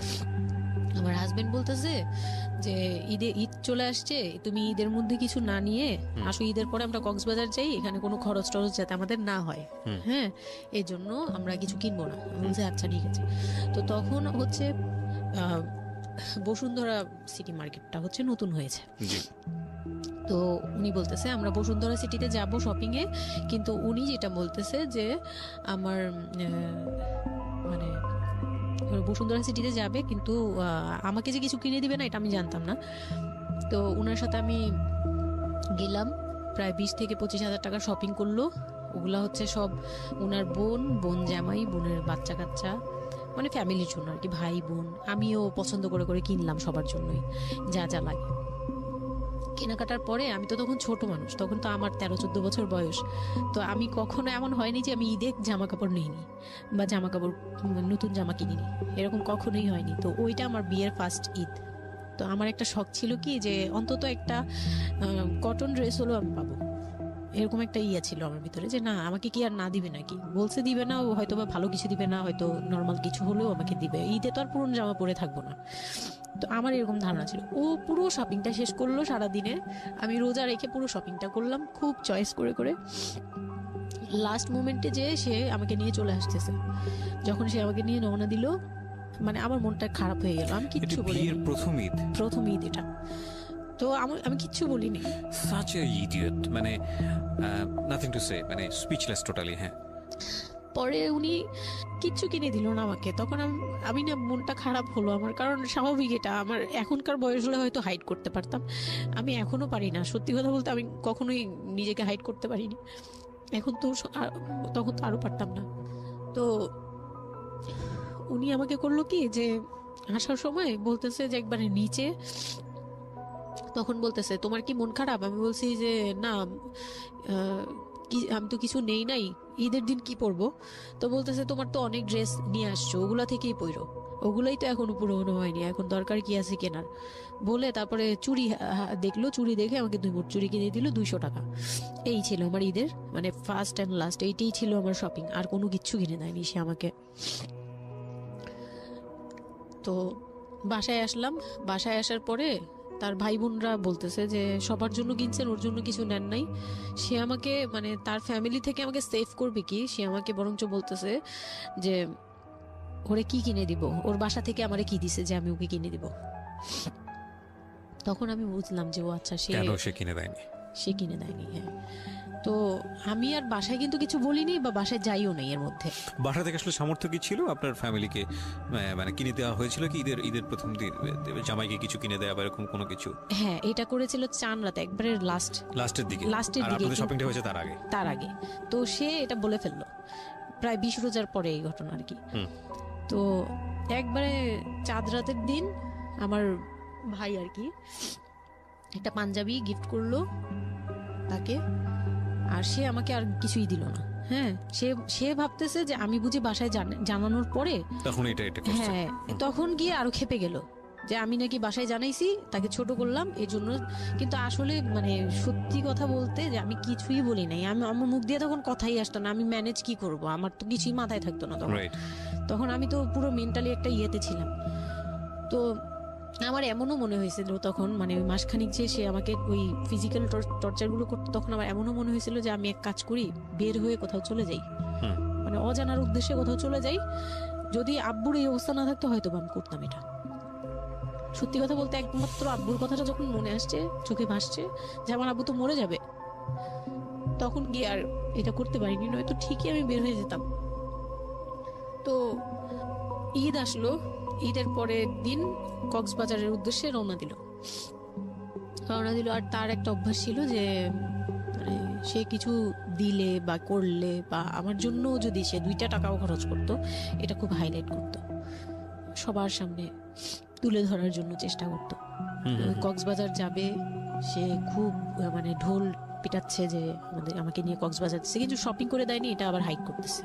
আচ্ছা, যাই হোক, ওই সব বলতে গেলে শপিং এর টাকা সেভ করে আমাকে কক্সবাজার নিয়ে যাচ্ছে। তো গেলাম কক্সবাজারে, সেখানে গিয়ে আরেক ধাক্কা খেলাম, যে কক্সবাজার যাওয়ার পরে প্রথম রাত মোটামুটি ভালো ছিলাম, পরের দিন সকালে সে আমার সাথে মানে এমন ভাবে মানে ফিজিক্যাল রিলেশন করতে চেয়েছে যেটা সম্পর্কে আমি অবগত ছিলাম না, মানে আমি জানতাম না যে এরকম কিছু হয়। তো এক সময় সে আমার হাত পা জোরাজোরি করে ধরে, মানে প্রায় হাত পা বাঁধার মতো জোরাজোরি করে সে আমার সাথে ওই রকম কিছু করতে চায়। তখন আমার মানে আমি খুব বাধা দেওয়ার পরে বা চিল্লাচিল্লি করার পরে সে আমার গায়েও হাত তুলে 2-3টা চট থাপ্পড় দেয়। আপনাদের মধ্যে সম্পর্কের জায়গাটা কি আপনি তখনও কি ওনাকে আপনি করে বলতেন? হ্যাঁ, আমি এখনো স্টিল নাও। তার মানে বিষয়টা এরকম হয়ে গেছে যে ওই দূরত্বটা বিয়ের পরে ছিল, এবং সেই দূরত্ব থাকা অবস্থায় ও এই জিনিসগুলো প্র্যাকটিস করে যাচ্ছে ওর মতো করে, এবং সেখানে যখন ও সাকসেসফুল হতে না পারছে তখন সে আপনার গায়ে হাত তুলছে, তাই তো? সেটাই। হ্যাঁ, তারপর আর সবচেয়ে বড় কথা হচ্ছে সে তার জায়গাটা, সে তার চাওয়াগুলো সব পূরণ করতেছে, বাট আমার দিকটা দেখছে না। এবং সে যে শুধু আমার না, মানে সে মানুষটাই এমন, আগে বুঝি নেই, পরে অনেক ধীরে ধীরে গিয়ে পরে বুঝতে পেরেছি যে উনি সম্পূর্ণ সেলফ সেন্টার, মানে নিজে যেটা অধিকার সেটা সে আদায় করে নিবে, তার বাকিগুলো নিয়ে তার কোনো মাথা কি হচ্ছে বা কার কি হচ্ছে এটা দেখার বিষয় না, এই টাইপের মেন্টালিটি। তো এইগুলো করার পরে আমার মানে খুব পেইন হলো, আমার খুব কষ্ট হলো যে আমি কবে আবার ঢাকায় যাব, একটা পেইন। ওটা কি জীবনের প্রথম কক্সবাজার যাওয়া? হ্যাঁ, ওটা আমার লাইফে ফার্স্ট। চিন্তা করে দেখুন, এক ধরনের হানিমুনি বলা চলে ওদের জন্য। হানিমুনি করা হয়েছিল, কিন্তু ওটা আমার জন্য হানিমুন ছিল না, অন্য কিছুই ছিল। আচ্ছা, খুব পেইনফুল ছিল। ওকে, যাই হোক, আমি খুব ভয়ে ছিলাম যে এখানে আমাকে মেরে ফেললেও কেউ জানবে না, এরকম একটা ফিল ছিল আমার ভিতরে। একটা জিনিস চিন্তা করতে পারেন, প্রত্যেকটা মোমেন্ট একটা মানুষ একটা মেয়ের সাথে, একটা ছেলের সঙ্গে বসবাস করছে একটা মেয়ে, এবং তাদের স্পেশাল মোমেন্টসগুলো তার জন্য ভীতির কারণ। সে হয়তোবা তখন এরকম মানে চিন্তা করছে যে এই স্পেশাল মোমেন্টটা যেন না আসে, ওর সঙ্গে স্পেশাল টাইমটা যেন আমি না হয়, রাত যেন না হয়। বিষয়গুলো তো এরকমই ছিল, কারণ ওর জন্য কিন্তু এগুলো অনেক ভয়ানক রকমের টর্চার। হ্যাঁ, তারপর আর আমার সাথে যারা ছিল, মানে ফ্যামিলি তো 2টা গিয়েছি আমরা, মানে আমার হাজবেন্ড আমাকে নিয়ে গেছে, আর হচ্ছে আমার চাচাতো বোনের রিসেন্ট বিয়ে হয়েছিল, চাচাতো বোনের হাজবেন্ড আর চাচাতো বোন, ওরা 2জন গিয়েছে, কিন্তু ওরা ওদের মতো ছিল, আমরা আমাদের মতো ছিলাম, এরকম আর কি। তো ওইভাবে আর আমাদের সাথে ইয়ে করা হয়নি যে একদম সব বিষয়ে ডিটেলস বলা। আর আমার চাচাতো বোন আমার অনেক বড় ছিল, যার কারণে আমি আপুকে বলতাম না, লজ্জা পেতাম। তো ওই দিক থেকে 3 দিন পরে 4 দিনের দিন আমি খুব জেদাজেদি করে, মানে কান্নাকাটি করে চলে আসবো করতেছি, কিন্তু আমাকে কেউ আর জিজ্ঞেস করতেছে না যে কেন। মানে আমার বোন জামাইও বিষয়টা খেয়াল করেনি, আমার বোনও খেয়াল করেনি যে আমি কেন বারবার চলে আসতে যাচ্ছি। হ্যাঁ, এত সুন্দর একটা ওয়েদার, ওরা তো খুব এনজয় করছিল হয়তো বা, মানে আমি তাদের এনজয়মেন্টে বাধা দিলাম, এরকম আর কি। তো খুব কান্নাকাটি করে ওই রাতেই আমি চলে আসবো, আমি বলছি তোমরা সবাই থাকো, আমি চলে যাই, মানে এইভাবে কান্নাকাটি করছি, আমি থাকবোই না, আমি আর একটা রাত এখানে থাকবো না। আমার কাছে মনে হচ্ছে তাও এলাকার ভিতরে তো থাকবো, যাই হোক, কিন্তু এখন তো আমি বাইরে আছি, অনেক দূরে। আমার কাছে এরকম মনে হচ্ছিল যে আমি যদি মরে যাই, আমি যদি যে কোনো সময় আমি মারা যাবো, এরকম মনে হচ্ছিল।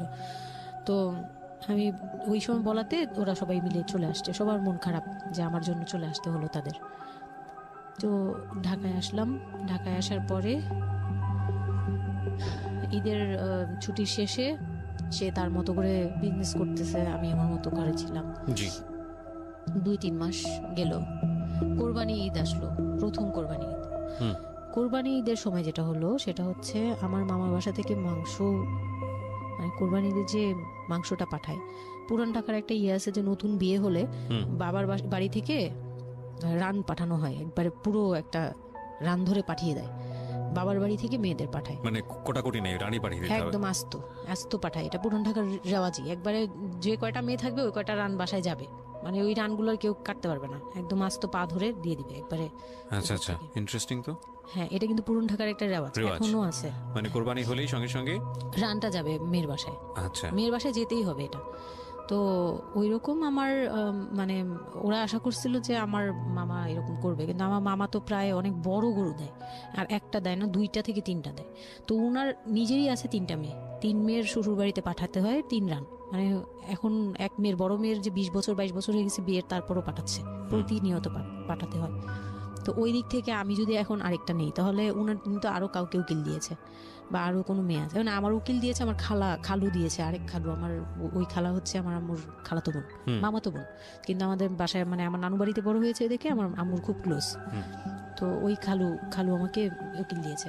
তো ওই দিন করলো কি যে এই রান পাঠায়নি বলে, সেই রান পাঠায়নি ঠিকই, কিন্তু রানের যে উপরের অংশ মানে বড় একটা পিস আমার বাসায় পাঠানো হয়েছে আমার উদ্দেশ্যে, আর নামটা আমার লিখে দিয়েছে, আমার নাম লেখা এটা পাঠিয়েছে। তো ওই মাংসটা রেখে যখন চলে গেছে না আমার ভাই, তার ছোট বোন, আমি তখন মানে দেখলাম যে মানুষ কতটা হিংস্র হলে পরে এরকম ফেস হয়। আমি তো চুপ করে বসে আছি, আমি কিছুই মাথায় নেই যে এটা নিয়ে যে কি হবে, আমি বুঝিই নেই বিষয়টা। সে মাংসটা ধরে রাস্তায় ফেলে দিছে ঈদের দিন রাস্তায় ফেলে, এই মাংসে কেন ওর নাম লেখা থাকবে, তাহলে এই যে আমরা কি, আমরাও তো ভাগ্নি, মানে আমরাও ভাগ্নি, আমাদের বাড়িতে আমার মাংস আসছে ওর নাম দিয়ে আসছে, তাহলে রান আসলো না কেন, দোষ হয়ে গেছে, এটা খুব বড় অন্যায় হয়ে গেছে। ভয়ানক। আমি ভয়ানক বলছি কারণে যে আমাদের সমাজে কিছু কালচার আছে যেগুলো আসলে মেয়ের বাড়ি থেকে পূরণ করা হয়, ধরে নেওয়া হয়, বা ছেলের বাড়ি থেকেও, সেটা পাঠ্য বইয়ে তো থাকে না এগুলা, মানে কালচারে আছে, এগুলো শুনতে ভালো লাগে, কিন্তু প্র্যাকটিসের জায়গা থেকে যদি এটা অত্যাবশ্যকীয় নিয়ম হয়ে যায় কখনো কখনো, যেটা কতটা ভয়ানক পেইনফুল হয়। কান্ট ইউ এভার ইমাজিন যে বাবার সামর্থ্য নাই, তারপরে তাকে চিন্তা করতে হচ্ছে যে আমার মেয়ের বাড়িতে একটা রান পাঠাতে হবে, আমার কোরবানি দেওয়ার সামর্থ্য নাই, এই রান পাঠানোর জন্য আমাকে কোরবানি দিতে হচ্ছে। মানে আমাদের এই ব্যাড প্র্যাকটিসগুলা কতটা ভয়ানক হয়ে গেছে আমাদের সমাজে, এবং ইনফ্যাক্ট এগুলো নিয়ে কেউ কখনো কথা বলে না। এগুলো নিয়ে কথা বলা উচিত। একটা মানুষ, একটা সোসাইটি চেঞ্জ হবে কিভাবে, একটা মানে পুরো কমিউনিটি চেঞ্জ হবে কিভাবে, একটা রাষ্ট্র চেঞ্জ হবে কিভাবে, এই ছোট ছোট আমরা তো সব জায়গাতেই পয়জনাস।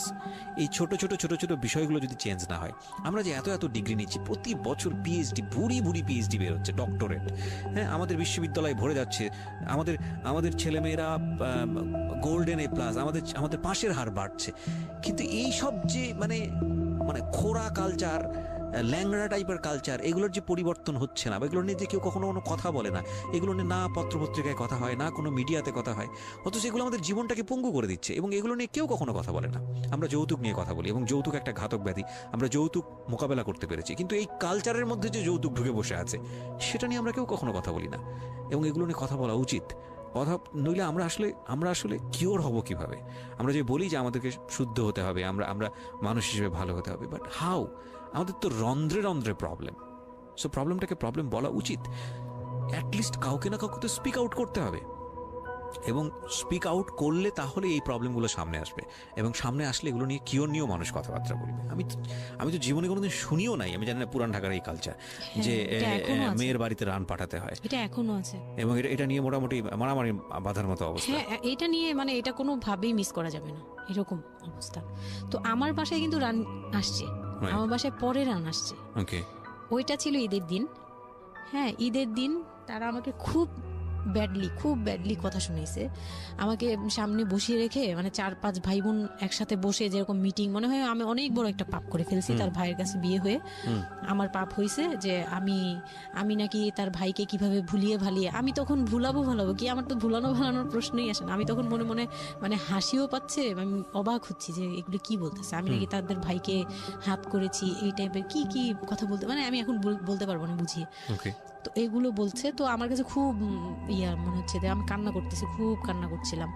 তো কান্না করার পরে আমার যে হাজবেন্ড ছিল, সে কেমন একটা লোক যে সে এটাও বললো না যে মাংসটা তুলে নিয়ে আসি, এটা তো একটা মানে বলতে গেলে কোরবানি দেওয়া হয়।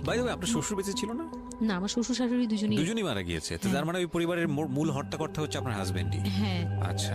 তো তখন সে ওই মাংসটা নিয়ে আসলো না, ভাই বোন ফেলে দিচ্ছে, সেও তাদের সাথে তাল মিলাচ্ছে, কিন্তু আবার আমাকে সরাসরি কিছু বলছে না। কুকুর খাওয়ার দরকার, কারণ পুরান ঢাকায় তো কুকুরের অভাব নেই রাস্তাঘাটে, আমি যেটা দেখি। না, ওইগুলির ভিতরে নাই, ছিল না, ওইগুলিতে ছিল না, থাকলে হয়তো। আর এগুলো করলে তো আপনাদের যে কালচারটা, সেটা হচ্ছে পুরান ঢাকায় একটা জিনিস খুব ভালো লাগে, একটা ফ্যামিলির খবর একটা ফ্যামিলি জানে, যে এই ফ্যামিলি পরিবারে কি হচ্ছে, এই পরিবারে কি হচ্ছে।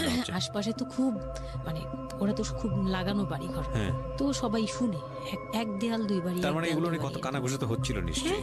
পুরো এলাকা, আমি যে কি পরিমাণ মানে লজ্জা, মানে অনুতাপ, আমাকে মানে এমন বানিয়ে ফেলছে যে আমি ওই বাড়িতে শুধু ক্লাস 9-এ পড়ো একটা মেয়ে, যেখানে তার মানে রঙিন স্বপ্ন নিয়ে ডানা মেলে বাঁচার কথা, এবং ঢাকাতে বড় হয় একটা মেয়ে। ক্যান্ট ইউ এভার ইমাজিন সেই মেয়েটার ঈদের সময় আমরা সাধারণত দেখি যে সকালে একটা ড্রেস পরবে, দুপুরে একটা পরবে, রাতে একটা পরবে, বান্ধবীদের সঙ্গে ঘুরে বেড়াবে, এবং মানে পাংখা যেটাকে বলে ওইরকম একটা এজ।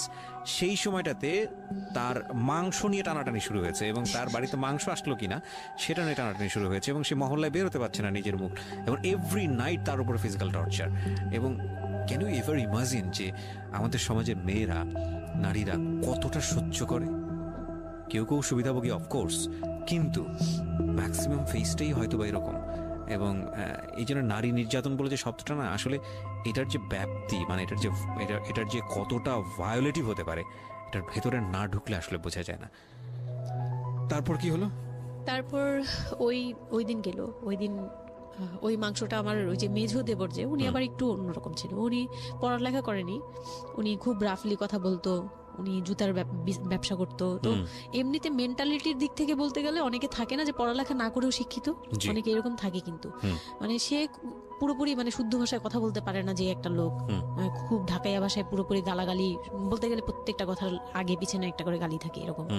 কিন্তু তারপরেও না তার মেন্টালিটি আমার ভালো লাগতো। ইভেন নাও আমি এখনো চিন্তা করি যে আমার ওই ভাইয়া অনেক ভালো, হ্যাঁ, ওই দিক থেকে।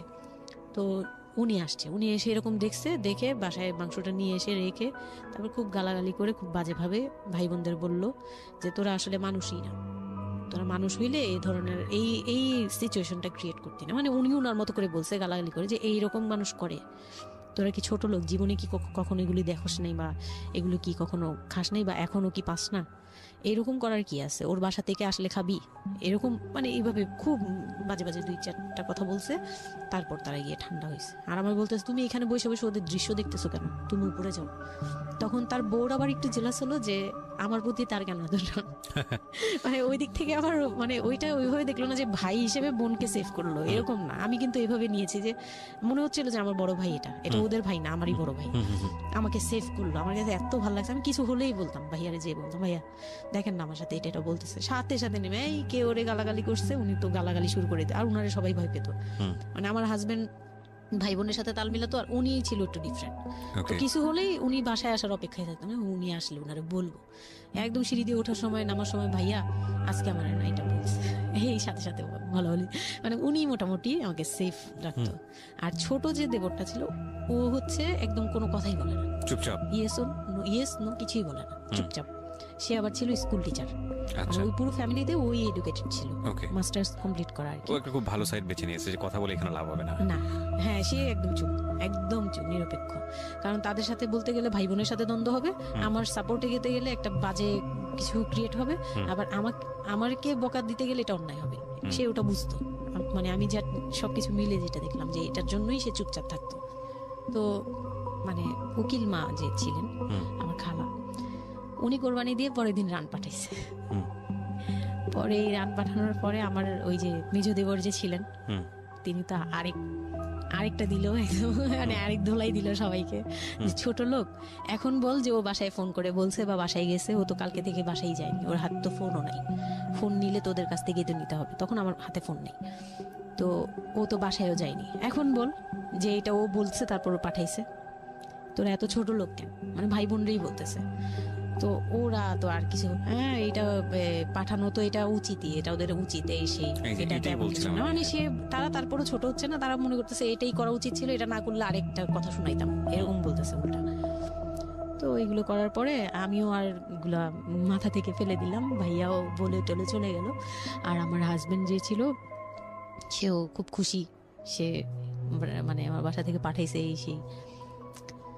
তো বিয়ের 4 মাস পরে মেইন পার্ট যেটা, যে আমি কনসেপ্ট করি, তখন আমি বুঝতে পারি না কনসেপ্ট করার 13-14 বছর বয়সে। হ্যাঁ, তখন আমি স্কুল যাতায়াত করতাম, রেগুলার না, আচ্ছা, মাঝে মাঝে রেগুলার, মানে মাঝে মাঝে বলতে আমি চাচ্ছিলাম কি পড়াটা রানিং থাকুক, এক্সাম গুলো দিব আর বাসায় থাকবো। আর বাসা থেকে যখন স্কুল ড্রেস পরে বেরোতাম আমাকে সবাই মিলে কি যে বলতো, মানে বলার মতো না, এগুলো অকথ্য ভাষা বলতে গেলে, যে মানে নোংরা নোংরা কথা বলতো। তো যাই হোক, ওগুলো আমি কানেও নিতাম না, আমি বলতাম না আমি স্কুলে যাব। আর যেহেতু বিয়ের সময় বলছে যে ওরে পড়াশোনা করতে দিব, আমার হাজবেন্ড এগুলো বলছে, ও না ও স্কুলে যাবে আসবে সবই করবে। পরে গিয়ে বলে কি তুমি বাড়ির বড় বউ, তুমি যদি স্কুল ড্রেস পরে স্কুলে যাও কেমন দেখা যায়? আমি তো বোরকা পরতাম। তো বলে না স্কুলে গিয়ে তো তোমার বোরকাটা খুলতে হয়, অ্যাসেম্বলিতে দাঁড়াও, ওই যে পিটি করো তোমরা, এগুলো তো আশপাশ থেকে দেখা যায়, এলাকার ভিতরে স্কুল। আমার আমার অসম্মান, এটা তার অসম্মান হয়ে উনি যায়। পড়াশোনা করেছেন আপনার হাজবেন্ড? না, উনি ক্লাস 5 পর্যন্ত পড়ে আর পড়াশোনা করেন। রাইট, ওনার জন্য অসম্মানই হবে এটা। আমি ক্লাস 5 পড়ুয়া যারা আছেন বাংলাদেশ, তাদের সবার প্রতি রেসপেক্ট রেখে বলছি, ক্লাস 5 না, এনার ডিগ্রি পাস করা এরকম অনার্স মাস্টার্স পড়ুয়া এরকম অনেক ছেলে মেয়ে আছেন যারা এই ধরনের মানে আজগুবি ল্যাংরা টাইপ যুক্তি দিয়ে জীবনটাকে চালান। তাদের জন্য এটা আসলে অযুক্তি কি হবে, কিছু করার নাই। হ্যাঁ, তো আমি তখন চিন্তা করছি যে আমি স্কুলে যাব, তো মাঝে মাঝে করতাম কি একটু করেই মানে ম্যানেজ করে যাওয়ার চেষ্টা করতাম, বিষয়টা যদি এরকম হতে ধরেন, আমি জানি না, প্রথমত যেটা ঠিকই হয়নি, মানে কোনো কিছুই ঠিক হয়নি, শুনছি আর মেজাজ খারাপ হচ্ছে আসলে, মানে কোনো কিছুই ঠিক হয়নি। তারপরেও যদি খারাপের মধ্যে ভালোটা চিন্তা করি যে ঠিক আছে, এত কিছু একটা মানুষের এত খারাপ, একটা দুটো দিক তো ভালো থাকতে পারে না। ওর ওয়াইফকে সে সাথে করে নিয়েছে, ঠিক আছে তোমার স্কুলে চলো আমি তোমাকে পৌঁছে দিয়ে আসি, স্কুলে পৌঁছে দিয়ে আসলো, স্কুল থেকে নিয়ে আসলো। কিছু জিনিস হয়তো ওনার আত্মসম্মানে লাগবে, যেহেতু উনি বেশি দূর পর্যন্ত লেখাপড়া করেনি, উনি অনেক কালচারের সাথে অভ্যস্ত না, এতটুকু হলেও তো ও নিজের মনটাকে বুঝতে দিতে পারতো যে না আমার হাজবেন্ড আমাকে কেয়ার করে। মানে স্টুপিডিটির আর কি, মানে লিমিটলেস স্টুপিডিটি যাকে বলে, তুমি অ্যাসেম্বলিতে দাঁড়াবে সে কারণে তোমার লেখাপড়া বন্ধ, বদমাইশ। তারপর স্কুল বন্ধ করে দিল। না, তখন আমি কনসেপ্ট করি, আমি বুঝতে পারিনি, আমার তখন টেস্ট পরীক্ষা চলছে স্কুলে। তো পরীক্ষা দিতে দিতে আমার মানে শারীরিক পরিবর্তন খেয়াল করলাম যে আমার বমি লাগতেছে খুব, মানে বইয়ের দিকে তাকাতে পারছি না, খাতার দিকে তাকাতে মানে মাথা কেমন করতেছে। তখন ক্লাস 9-এ। তখন আপনি জানেন না আপনি কনসিভ করেছেন? না, আচ্ছা। তখনও মানে এইটার সিম্পটম ফার্স্ট। তো এইরকম হওয়ার পরে রাতে 11:30-12টার দিকে আমি না খুব গড়াগড়ি করে কান্না করতেছি, জোরে জোরে, মানে খুব গড়াগড়ি করে জোরে জোরে কান্না করতেছে। আমার মাথায় নেই যে কে শুনতেছে কে না শুনতেছে এরকম। তো এটা দেখে তার বোন, যেটা বিয়ে হয়ে গেছে, সে আবার ছিল বাসায়, তো সে দেখে বলতেছে, সে আবার মানে খারাপ লাগছে তার কাছে, বলে চলো এক্ষুনি তোমার নিয়ে হসপিটালে যাব। হ্যাঁ, ওর কি হইলো হঠাৎ করে, কি খাইছিলা তুমি, কি উল্টাপাল্টা কিছু খাইছো কি না, এই সেই। বলছি না, আমার কেন জানি অনেক পেট ব্যথা করতে, আমি পারতেছি না সহ্য করতে, পেট জ্বলতেছে আমার খুব। তো নিয়ে গেল ডাক্তারের কাছে। তখন ডাক্তার আমার নার্ভস দেখে বললো যে she is pregnant. But 100% confirm করতে পারবেন না আল্ট্রাসাউন্ড এমনিতে, তবে উনি আর কি উনার মতো করে বলছে। আচ্ছা, আর তখন টেস্ট দিল একটা, যে রাতে নিয়ে যান, ইউরিন টেস্ট টাইপের একটা কিছু বাসায় করা যায়, ওই টাইপের একটা টেস্ট দিল। তো ওইটাই করলাম। বাসায় এসে করার পরে পজিটিভ আসছে, যেভাবে বলছে ওইভাবে করছি, করার পরে পজিটিভ আসছে। How do you feel? Positive আসার পরে মানে আমার কাছে যেটা মনে হচ্ছিল যে আমি মানে এতটা খুশি হয়েছি, আমি কিন্তু বিয়ে নিয়েও খুশি না, আমার মনে হচ্ছে এটাই আমার অ্যাচিভমেন্ট লাইফের। আচ্ছা, এতটা খুশি হয়েছে আমি বলতে পারবো না কেন। এটা আসলে ন্যাচারালি আল্লাহ হয়তো প্রত্যেকটা মেয়ের মধ্যে এই বিষয়টা দিয়ে দেন, যে নইলে আসলে মা কেন, মানে মা তো মাই, এটা আসলে আল্লাহ গিফটেড অফকোর্স। দেখেন এরকম একটা ডিফিকাল্ট সিচুয়েশনের মধ্যে, যেখানে 13 বছর বয়সে ওর আসলে এই জিনিসটা ফিল করার কথা না, সেখানে ও ফিল করতেছে, এটা কিন্তু লজিকলেস ফিল, এবং এই ফিলটা সম্পূর্ণই ন্যাচারাল। ওকে, আমার কাছে তখন মনে হচ্ছিল কি যে আমার পেটে একটা জীবন্ত কিছু আছে, এক্স্যাক্টলি, মানে এইরকম ফিল হচ্ছে। আর আমি এটাকে মানে একটা কিউরিওসিটিও, যে দেখি তো কি হয়, কতদিন পরে কি হবে, মানে এটা আস্তে আস্তে বড় হবে, এটা কি করবে পেটে, এটা কিভাবে আসবে, মানে দুনিয়াতে কিভাবে আসবে, এটা এইগুলোও জানি না আমি, যে মানে এটা বড় হলে পরে এটা যে কিভাবে দুনিয়াতে আসবে। You feel like it's a game, কোন একটা খেলা, খুব মজার একটা খেলা, যে আমি একটা কিছু পাইছি, এটা নিয়ে থাকা যাবে এখন, এরকম মনে হচ্ছিল তখন। খুব মানে খুব কেন জানি খুব আনন্দ, মানে মা হওয়ার ফিল না, কিন্তু এটা মা হওয়ার ফিল না, কিন্তু কিউরিওসিটির জায়গা থেকে হ্যাঁ কিছু একটা আছে আমার সাথে, আমি এটা নিয়েই থাকবো এখন, মানে আমি একটা কিছু পাইছি এখন, আর আমি একা না, এরকম মনে হচ্ছে। তা আমি না দৌড়ে দৌড়ে বের হয়ে বললাম কি, ওই যে বোনটা আমাকে রাতে নিয়ে গেছিল ডাক্তারের কাছে, সে তো ছিল রাতে। তো আমি বের হয়ে বলতেছি কি, আপা আমার না এইরকম 2টা আসছে, মানে এই পজিটিভ স্টেপ গুলো আসে যেগুলো বলছি। পরে সে না সাথে সাথে বলে কি, এখন তো আমাদের কদর কমে যাবে আরো। প্রথম ছিল এটা, প্রথম ডায়লগ ছিল এটা, মানে মনটা খারাপ করে সে বড় নিঃশ্বাস ফেলে বললো, হ্যাঁ এখন তো আমাদের কদর কমে যাবে, আর তো এখন তো আর কম কম আশা লাগবে। তার সাথে ছোট বোনটা বলতেছে, তুমি না সময় কমায় বুঝে কথা বলো না, এইগুলো তো বুঝতে হবে, মানে তাদের মতো করে তারা বলতেছে, যে পুরান ঢাকার মানুষ যেভাবে বলে ওইভাবে বলতেছে, যে এগুলো তো বুঝতে হবে যে এগুলো প্ল্যান করা। মানে আমি ইচ্ছা করে কনসেপ্ট করছি এরকম কিছু বুঝাইছে, কিন্তু আমি তখনও না এই জিনিসটা মানে ঘোলা ঘোলা, আমি বুঝি নাই যে ওরা কি বলতেছে দুইজনে। তা আমি বলি যা মজা তাই বলুক, আমি আমার মতো থাকি। তা আমি দৌড় দিয়ে গিয়ে আমার হাজবেন্ডকে না বললাম, এই উঠেন না উঠেন না উঠেন না। আমি তখন পর্যন্ত কিন্তু তাকে খুশি হয়ে কিছু বলিনি, ফার্স্ট তাকে খুশি মনে কিছু বলতেছি। বিয়ের 4 মাসে আমি তাকে কখনো টাকাও দিইনি, তাকে কিছু বলিও নাই, বা আমি ওনাকে কোনো রিকোয়েস্টও করি নাই, কোনো আহ্লাদও করিনি। ফার্স্ট মানে মনে হলো যে আহ্লাদ করে বলি যে জানেন আমি এরকম আসছে আমার। তো আমি কাকে বলবো, কাকে ওদের করে খুশি করতে পারিনি, যাই রে দেখি খুশি করতে পারি কিনা। যে তাকে ধাক্কা দিছি, সে ঘুম থেকে বিরক্ত হয়ে উঠলো, এই ধাক্কা কি করো কেন, কি হয়েছে? আমি তো মনটা ভেঙে কি যে আমি তো এরকম আমার পজিটিভ আসছে, দেখালাম যে এই যে এটা হলে না পজিটিভ হয়, রাতে পেট ব্যথা বলছিলাম না, তো ওইটার ইয়েতে এটা আসছে। তারপরে না চুপ হয়ে তাকায় আছে, বলে কি এইগুলা কি, এইগুলা কি মানে বুঝলাম না। বলে কি এইটা তো ঠিক না। কি ঠিক না? তারপর বলতেছে যে এই এখন তো এগুলোর দরকার নেই আমাদের, এখন তো এগুলোর কোনো দরকার নেই। তো আমি বলি আপনি আমার স্কুল যেতে দিবেন না। আমি এবার তখন মুখ খুললাম, আপনি স্কুল যেতে দেন না, তারপরে আর আমি তো এই জিনিস মানে এটা কিভাবে কি হয়েছে আমি তো জানি না। আমি ভাবছি যে আপনি হয়তো বা কিছু করছেন, আমি জানি না। আমি তাকে এইভাবেই বললাম খুলে যে আমি তো আসলে জানি না, যে আমি ভাবছি আপনি চাচ্ছিলেন এই জন্য হয়তো বা এরকম কিছু হয়েছে। আর মানে প্রোটেকশন নেওয়া টেওয়া সবকিছু তার উপর ডিপেন্ড করে। তারপর হচ্ছে এটা বলার পরে না মানে আমি আর কিছু বলার মতো ইয়েতে ছিলাম না, আমি চুপচাপ, যে ওরা কি করবে না করবে আমি কিছু জানি না। তো আমার হাজবেন্ড যেটা করলো, যে সে চাচ্ছিল না যে আমি মানে সে চাচ্ছিল না বেবিটা, কোন কথা হচ্ছে সে চাচ্ছে বেবিটা চাচ্ছে না মানে, কিন্তু কিছু বলতেও পারছে না। আমি এবার বাসায়ও বলছি, বাসায় সবাইও খুব চিন্তিত আমার এইটুক বয়সে আমি কিভাবে কি করব। আর এদিক দিয়ে আমি এবার কিছুই বলছি না, আমি আমার মতো করে চলছি, নর্মাল লাইফ কাটাচ্ছি। আমার কোনো শারীরিক পরিবর্তন তেমন আসে নাই, সত্যি কথা বলতে। শুধু একটু মানে কিছু কিছু খাবার আছে একটু বাজে লাগতো, এই ছাড়া আমার সবই নর্মাল। আমি নর্মাল ওয়েতেই আমি ওই ওষুধ খাচ্ছি রেগুলার, আর হাঁটা চলা করতেছি, লাফালাফি সিঁড়ি বাওয়া কোনো কিছুতেই আমার ইয়ে নেই। যেটা আছে ডাক্তার থেকেও কোনো ধরনের কোনো কন্ডিশন দেয়নি? না, ডাক্তার দিয়েছে, ডাক্তার ওই যে 2-1টা ওষুধ দিয়েছে। প্রথম কথা হচ্ছে ডাক্তার থেকে যে বাক্যটা আসলে ছিল যে এই 13 বছরের মেয়ের সাথে এটা কিভাবে হলো। ও ডাক্তার, হ্যাঁ। তখন যখন ফার্স্টে ওই দেখলো, তো উনি বললো যে এটা তো আসলে নষ্ট করাটা ওর জন্য রিস্ক।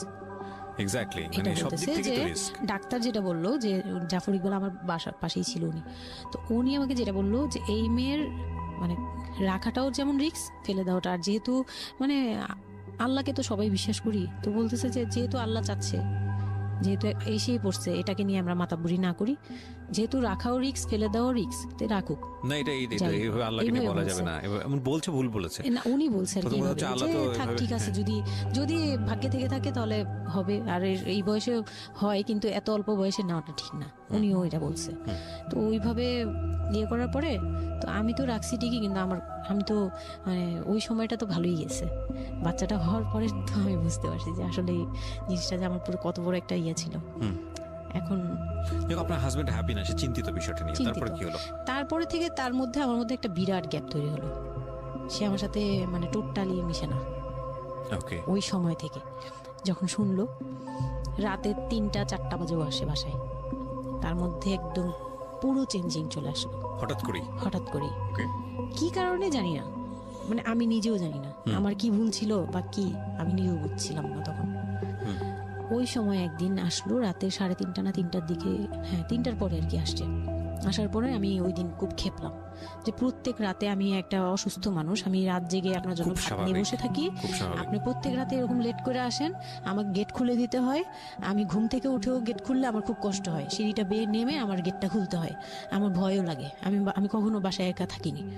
ওই প্রথম মানে আমাকে সে চুলে ধরে সে টেনে ও সিঁড়ি দিয়ে নামাইছে, মানে নামায় সে আমাকে বের করে দিবে এখনই।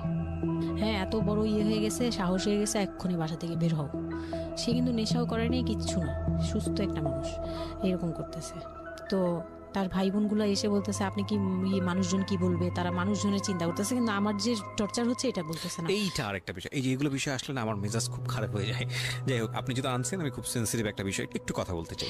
সেটা হচ্ছে এই যে আপনারা যে তো মানুষজন চিন্তা করেন, নিজের ঘরের ভিতরে একটা মানুষ ঠিক নাই, এটা আমি আপনাদের কথা বলছি না, এটা বাংলাদেশের সামাজিক অবস্থার চিত্র। সেটা হচ্ছে আমরা নিজের ঘরের মধ্যে অনেক সময় দেখা যায় যে আপনারা যখন ঘরের মধ্যে একটা বিপদে পড়েন, আপনার চারপাশের লোকজন কি এসে আপনারা সেটা সলভ করে? তো ফার্স্ট আপনি ঘরের কথা আগে চিন্তা করেন, আপনার মেয়ে কিভাবে ভালো থাকবে সেটার কথা চিন্তা করেন, আপনার ছেলেটা কিভাবে ভালো থাকবে সেই কথাটা চিন্তা করেন। এতে যদি আপনার দুর্নাম হয়ও কিছুটা, সেটা আপনার ওভারলুক করা উচিত। বরং আপনি যাদের কথা চিন্তা করে এই ছেলে মেয়েদের প্রতি খারাপ আচরণ করতেছেন, আপনার ছেলে মেয়ে খারাপ থাকার কারণে একটা সময় গিয়ে সেটা আউটব্রাস্ট হবেই। যেই মান সম্মানের কথা আপনি চিন্তা করতেছেন, সেই মান সম্মান আরো বেশি পরিমাণে ক্ষতিগ্রস্ত হবে। আমাদের সমস্যাটাই হচ্ছে এই জায়গাটায়, আমরা চারপাশের ঘরের লোকজন কি মনে করবে সেটা চিন্তা করি, অথচ চারপাশের ঘরের লোকজন কারা বসবাস করে, কোথা থেকে আসছে, কি অবস্থা, সেই খোঁজ খবর আমরা রাখি না। কিন্তু আমাদের মান ইজ্জত তাদের হাতে। স্টুপিড মানে ফিলসফি নিয়ে আমরা আমাদের সোসাইটিতে চলি। This is very important thing, এবং এগুলোর পরিবর্তন হওয়া উচিত। তারপরে কি হলো? তারপর এই হলো ফার্স্ট এই গেল, এইটার পরে এরপর থেকে চলতেছে কন্টিনিউ, মানে এরকম আচরণই করছে সে আমার সাথে। একটু 4 মাসের সময়টা খুব ক্রুশিয়াল একটা মোমেন্ট, খুবই ক্রুশিয়াল একটা। হ্যাঁ, সকালে উঠে আমার রুটি বানাতে হতো কন্টিনিউ। সে বাইরের নাস্তা খাবে না, তাকে রুটি বানিয়ে খাওয়াতে হবে। ওই অবস্থায় আমি মানে সকালে উঠে ঘুম থেকে উঠে রুটি বানাতাম, ওর ভাই বোনের জন্য, ওর জন্য, সবার জন্য বানাতাম। এটা না আমাদের সমাজের ছেলেরা না বুঝতেই চায় না, এবং এটা নিয়ে আমাদের কোনো শিক্ষা নাই। আসলে আমি মানে দেখলাম যে এতটা বড় কিভাবে আমি আমার নিজেকে জড়িয়ে ওই কথাটা বলছি, কারণ আমি তো নিজেও বাবা হয়েছি, আমি নিজে থেকেও বুঝি জিনিসটা। মানে এই যে পরিবর্তনটা সমাজ, মানে পরিবারে যখন নতুন একজন সদস্য আসে, সবচেয়ে বড় প্রেশারটা ফিল করে হচ্ছে মা, কারণ তার লাইফ রিস্ক হয়ে যায়।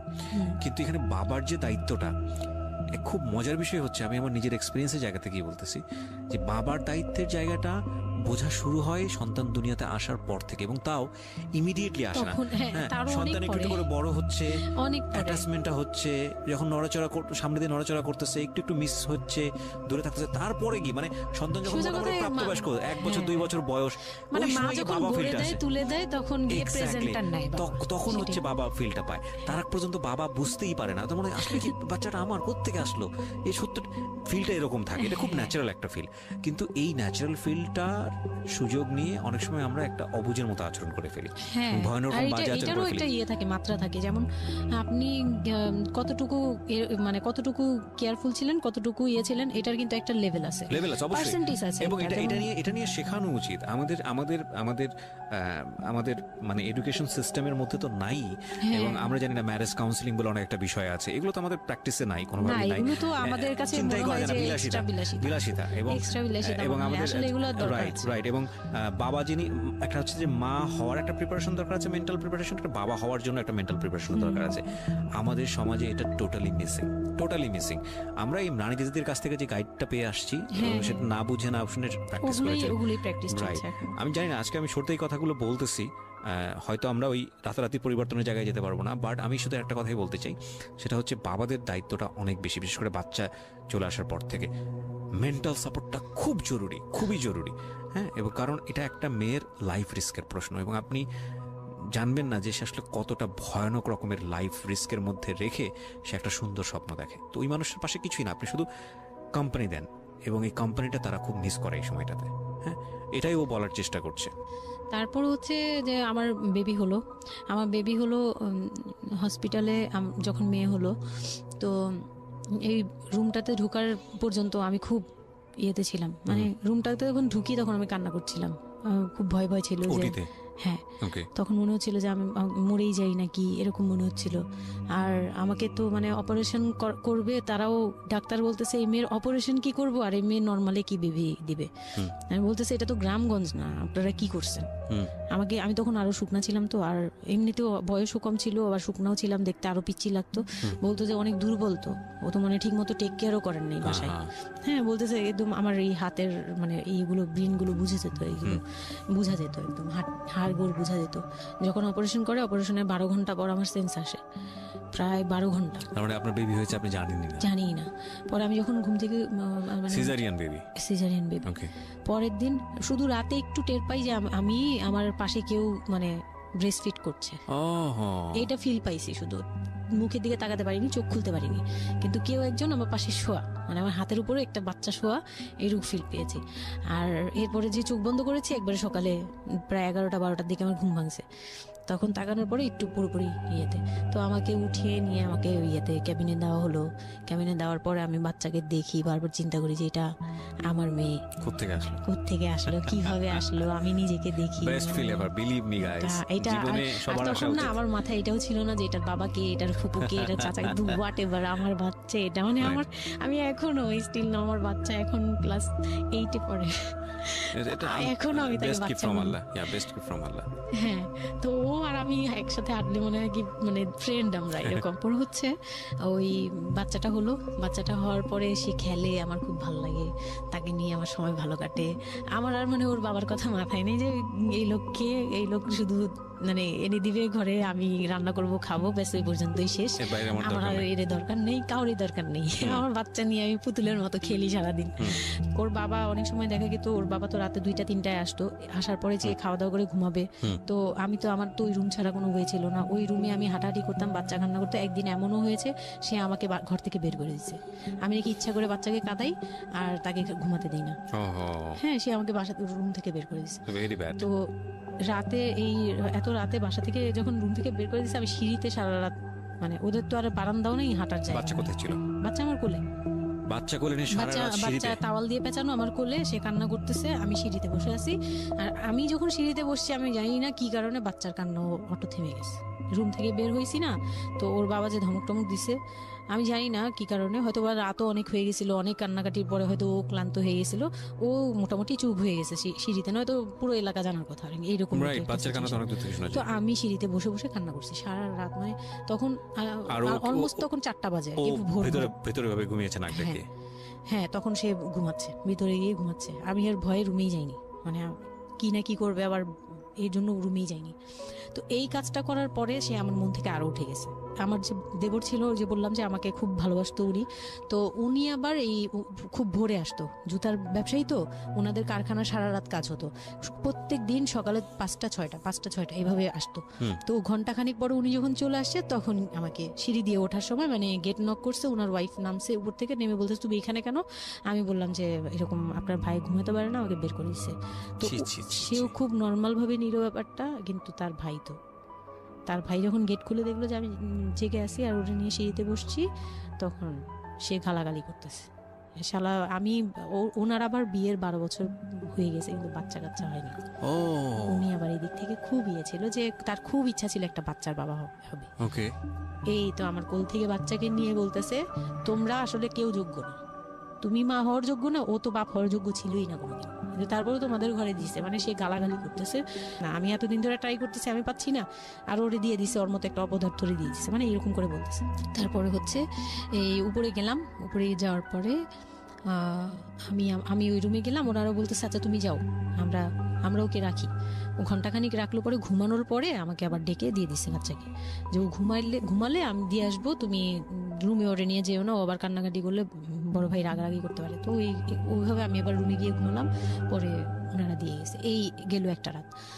তারপর আমার বাচ্চাটা যখন 3-4 বছর হয়, মানে এইভাবে বাচ্চা কোলে আদর করতো, বাচ্চা নিত, কোলে নিত না, বাচ্চা কোলে নিতে পারতো না। ও ছোট থেকে এত বুঝতো, মানে তার বাবা কি কি পছন্দ করতো, কি কি পছন্দ করতো না, ওগুলা করতো না, মানে খুব কেয়ারফুলি, আর এত শান্ত যে তাকে যে এখানে বসে থাকতে বলে সে 2 ঘন্টাও ওইখানেই খেলতে থাকবে, কিন্তু ওখান থেকে নড়বে চড়বে না। তো আমি চিন্তা করে দেখলাম কি আমি ইম্যাচিউর মাদার, তো হয়তো বা সৃষ্টিকর্তার জন্যই আমাকে এরকম একটা ভেবে দিয়েছে যে ওই তোমাকে বুঝুক। ইভেন নাও, মানে এখন যে ও এত বড় হয়ে গেছে, তারপরেও আমাকে অনেক কিছু বুঝায়, মানে সে আমার চেয়ে ভালো বুঝে, আমি বুঝি। তো যাই হোক, ও যখন 3 বছর হলো, 3 বছর 3.5 বছর, তখনই আমি তাকে স্কুলে দিব। এডিট পার্ট আর 15 মিনিট আছে। আচ্ছা, সো সুইচ করেন, হ্যাঁ, মূল বিষয়গুলো আনেন। তো ওখানে হচ্ছে 3 বছরের কালে আমি ওকে স্কুলে দিলাম। স্কুলে দেওয়ার পরে আমি ওখান থেকে ওরে স্কুলে দিয়ে আমি নিজে ভর্তি হলাম ইয়েতে, ওপেন ইউনিভার্সিটি, মানে বুঝতে পেরেছি, উন্মুক্ত বিশ্ববিদ্যালয়। হ্যাঁ, ক্লাস 9-এ ভর্তি হলাম। তো ও পড়াশোনা করে, আমিও করি। বাসায় বা আশপাশে সবাই আমাকে নানান ধরনের কথা বলে যে মা মেয়ে একসাথে স্কুল ব্যাগ নিয়ে যায়, কেমন দেখা যায়। আমি বলছি যা মন চায় তাই দেখা যাক, আমার তখন আমি একটু ডেসপারেট হয়ে গেছিলাম। এটাই বলছিলাম যে এই ধরনের মেয়েরা সাধারণত জীবনের একটা পর্যায়ে গিয়ে মারাত্মক রকমের ডেসপারেট হয়ে যায়। এটা শুধু মেয়েরা বলবো না, মানুষ বলবো আমি। তো আমি নিজে ইংলিশ মিডিয়ামে পড়ছি, তো মানে খুব বেশি বয়সগুলো পার হয়, ভালো লাগে না। তো বাংলা মিডিয়ামে দিলাম, শিশু শ্রেণী থেকে 1-এ উঠে গেল 4 বছর বয়সে, এইভাবে করে সে উঠতেছে, মানে সে খুব ভালো রেজাল্ট করে। আমারও খুব মজা লাগতে লাগলো, আমি তাকে পড়াই, নিজে পড়ি, দুইজন মামে মিলে ওকে স্কুলে দিয়ে দেখা যায় আমি আমার কোচিং এ যাই, আমি আবার কোচিং করা শুরু করলাম। তো সেও খুব মজা পেত যে তোমার ব্যাগ আর আমার ব্যাগ, মানে ওয়েট করতো। খুব মজার একটা সময় ছিল যে দুইজনের টিফিন নিয়ে যাচ্ছি। তো আমরা খুব মজা করে এরকম ক্লাস করতাম। ওর বাবার মাঝখানে একটু জেলাসি হলো, মানে মাঝে মাঝে খুব জেলাসি করতো। তো এইগুলো নিয়ে একটা পর্যায়ে যে বিয়ের প্রায় 6 বছর বা 7 বছর কালে তার বাবা এমন ভাবে একটা লোন করলো, 8 লাখ টাকার একটা লোন করলো। আমি এটা বুঝতে পারিনি, আমি তখন মাত্র এসএসসি পাস। রিপন? হ্যাঁ, 8 লাখ টাকার লোন। 8 লাখ টাকার লোন ব্র্যাক ব্যাংক থেকে। ওকে, 8 লাখ টাকার একটা লোন করলো। আমি তখন জুয়া খেলে একদম কঠিন, তখন সে চরম পর্যায়ে চলে গেছে। বুঝে গেছে যা হওয়ার। বলেন তারপরে? পরে গিয়ে সে করলো কি, 8 লাখ টাকার একটা লোন নিবে, এটার জন্য বোর্ড সিগনেচার নাকি লাগে, আমি এটা জানতাম না। বউয়ের সিগনেচার লাগে? হ্যাঁ, বউয়ের সিগনেচার লাগে, মানে গ্রান্টর হিসেবে একটা বিজনেসম্যান, বড় বিজনেসম্যান আর একটা বোর, মানে বড় বিজনেসম্যান বা একটা দোকান বা একটা বাড়ি ইয়া লাগে। তো কেউ তো রেফারেন্স দিবে না তাকে। ওই এক দোকানদার ভাইয়া ছিল, বড় ভাই, মুরব্বি টাইপের, বড় ভাই বলতো উনি, ওই লোকটা দিছে সিগনেচার। আর আমার সিগনেচার না তো কোনো ব্যাপারই না, কারণ আমাকে যা দিবে আমি তাই, আমার কি বা আছে আর আমার কাছে কি বা লিখে নিবে, মানে নাও একটা সিগনেচার দাও, তোমার কিছু হবে না, এটা জাস্ট একটা ফর্মালিটি এভাবে বলছে। আমি সিগনেচার করে দিছি। সেদিন তো আমাকে সে কি জানি খাওয়ালো, মানে আমাকে খুব ভুলায় ভালায় সিগনেচার নিয়েছে। তারপরে থেকে শুরু হয়েছে আমার মানে লাইফের সব, মানে আমি কত বড় ভুলটা করছি। তারপর থেকে সে নাই একবারে নাই। মানে সে বাসা ভাড়া নিয়েছিলাম এর মাঝখানে, এটা বলতে ভুলে গেছি যে আমার দেবর ননদের বিয়ে হওয়ার পরে ওই বাড়িটাতে, মানে ননদের বিয়ের জন্য ওই বাড়িতে হচ্ছিল না। পরে আমরা বাসা শিফট করে, মানে ওই বাসা ভাড়া দিয়ে অন্য একটা বাসায় ভাড়া গেছি, ফ্ল্যাট নিয়ে ভাড়া যাওয়ার পরে ওই ননদের বিয়ে হওয়ার পরে তারপরে আবার যার যার মতো আলাদা আলাদা রুম নিয়ে থাকা, মানে বাসা নিয়ে থাকা। তো আমাকে যে ফ্ল্যাটটা নিয়ে দিয়েছিল 1 রুমের ছোট্ট একটা ফ্ল্যাট, হ্যাঁ, ওই ফ্ল্যাটে ছিলাম। তো ওইখানে আমার এই যে সিগনেচারটা করায়, মানে ভাই বোন থেকে আলাদা হওয়ার পরে সে তার ভাই বোনকেও ভয় পেত এইসব ব্যাপারে। আচ্ছা। তো আমাকে তারা হাইড করছে যে সে জুয়া খেলে, যে এটা আমাকে বলেনি। তো আমি একদিন টের পাইছি কিভাবে, যে ঈদের দিন, মানে লাস্ট ঈদ, ওনার সাথে আমার লাস্ট, মানে লোনটা নেওয়ার আগ পর্যন্ত আপনি জানতেন না যে সে জুয়া খেলে? না, তখনও বুঝি নাই। তার আগে কিন্তু আমি এটা ধরছিও, কিন্তু ধরেও বুঝতে পারিনি। 8 লাখ টাকার যে ঘটনাটা, এটা থেকে শুরু। মানে সে হচ্ছে এই 8 লাখ টাকার লোন নিয়ে চলে গেছে, 2 মাস 3 মাস একদম, মানে টোটালি নাম্বার বন্ধ, সব বন্ধ। তারপরে ওই পরের মাস থেকে তো লোনের যে একটা ইয়ে থাকে, ইন্টারেস্ট সহ, যে ওইগুলোর জন্য তারা বাসায় পর্যন্ত চলে আসছে। এসে আমাকে অপমান করতেছে যে আপনি সহজ জানেন, আপনি না জানলে এটা সম্ভবই না, আপনি জানেন, নয়তো আপনি সিগনেচার দিলেন কিভাবে, সিগনেচার কি না জেনে দিয়েছেন। তখন আমি কান্নাকাটি করে বলছি যে আমি আসলে এই বিষয়টা বুঝি নাই। তো ওনাদেরকে বলার পরে ওনারা বুঝছে যে আসলে ঘটনাটা এরকমই। তো প্রায় 6-7 মাস যাওয়ার পরে দেখি উনি আর আসেই না। তারপর আমি বাসা চেঞ্জ করে আমার বোনের সাথে বাসা নিলাম, রুম নিলাম। একটা রুম নিয়ে মেয়েকে নিয়ে খুব কষ্ট করে থাকি। আমি একটা জব নিলাম ভালো একটা কোম্পানিতে।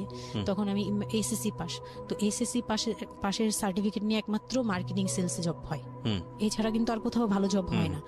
আমি খোঁজ খবর নিয়ে দেখলাম যে না, মার্কেটিং এর সেলসে যেহেতু জব আছে, তো ইউনিলিভারের খুব ভালো একটা পজিশনে জব নিলাম।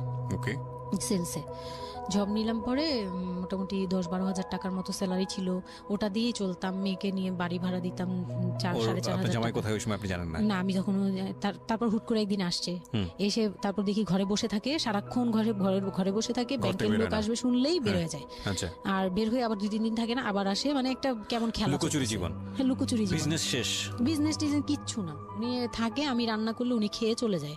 আর উনি যে খায়, মানে তখন জিজ্ঞেসও করে না যে মেয়ে খাইছে বা তুমি খাইছো কিনা, কিচ্ছু না। কেমন জানি মানে একটা মানে পশু টাইপের হয়ে গেছিল, মানে বলতে গেলে গরু ছাগল যেরকম থাকে ওরকম। সে আসে যায়, ব্যাস এই পর্যন্তই।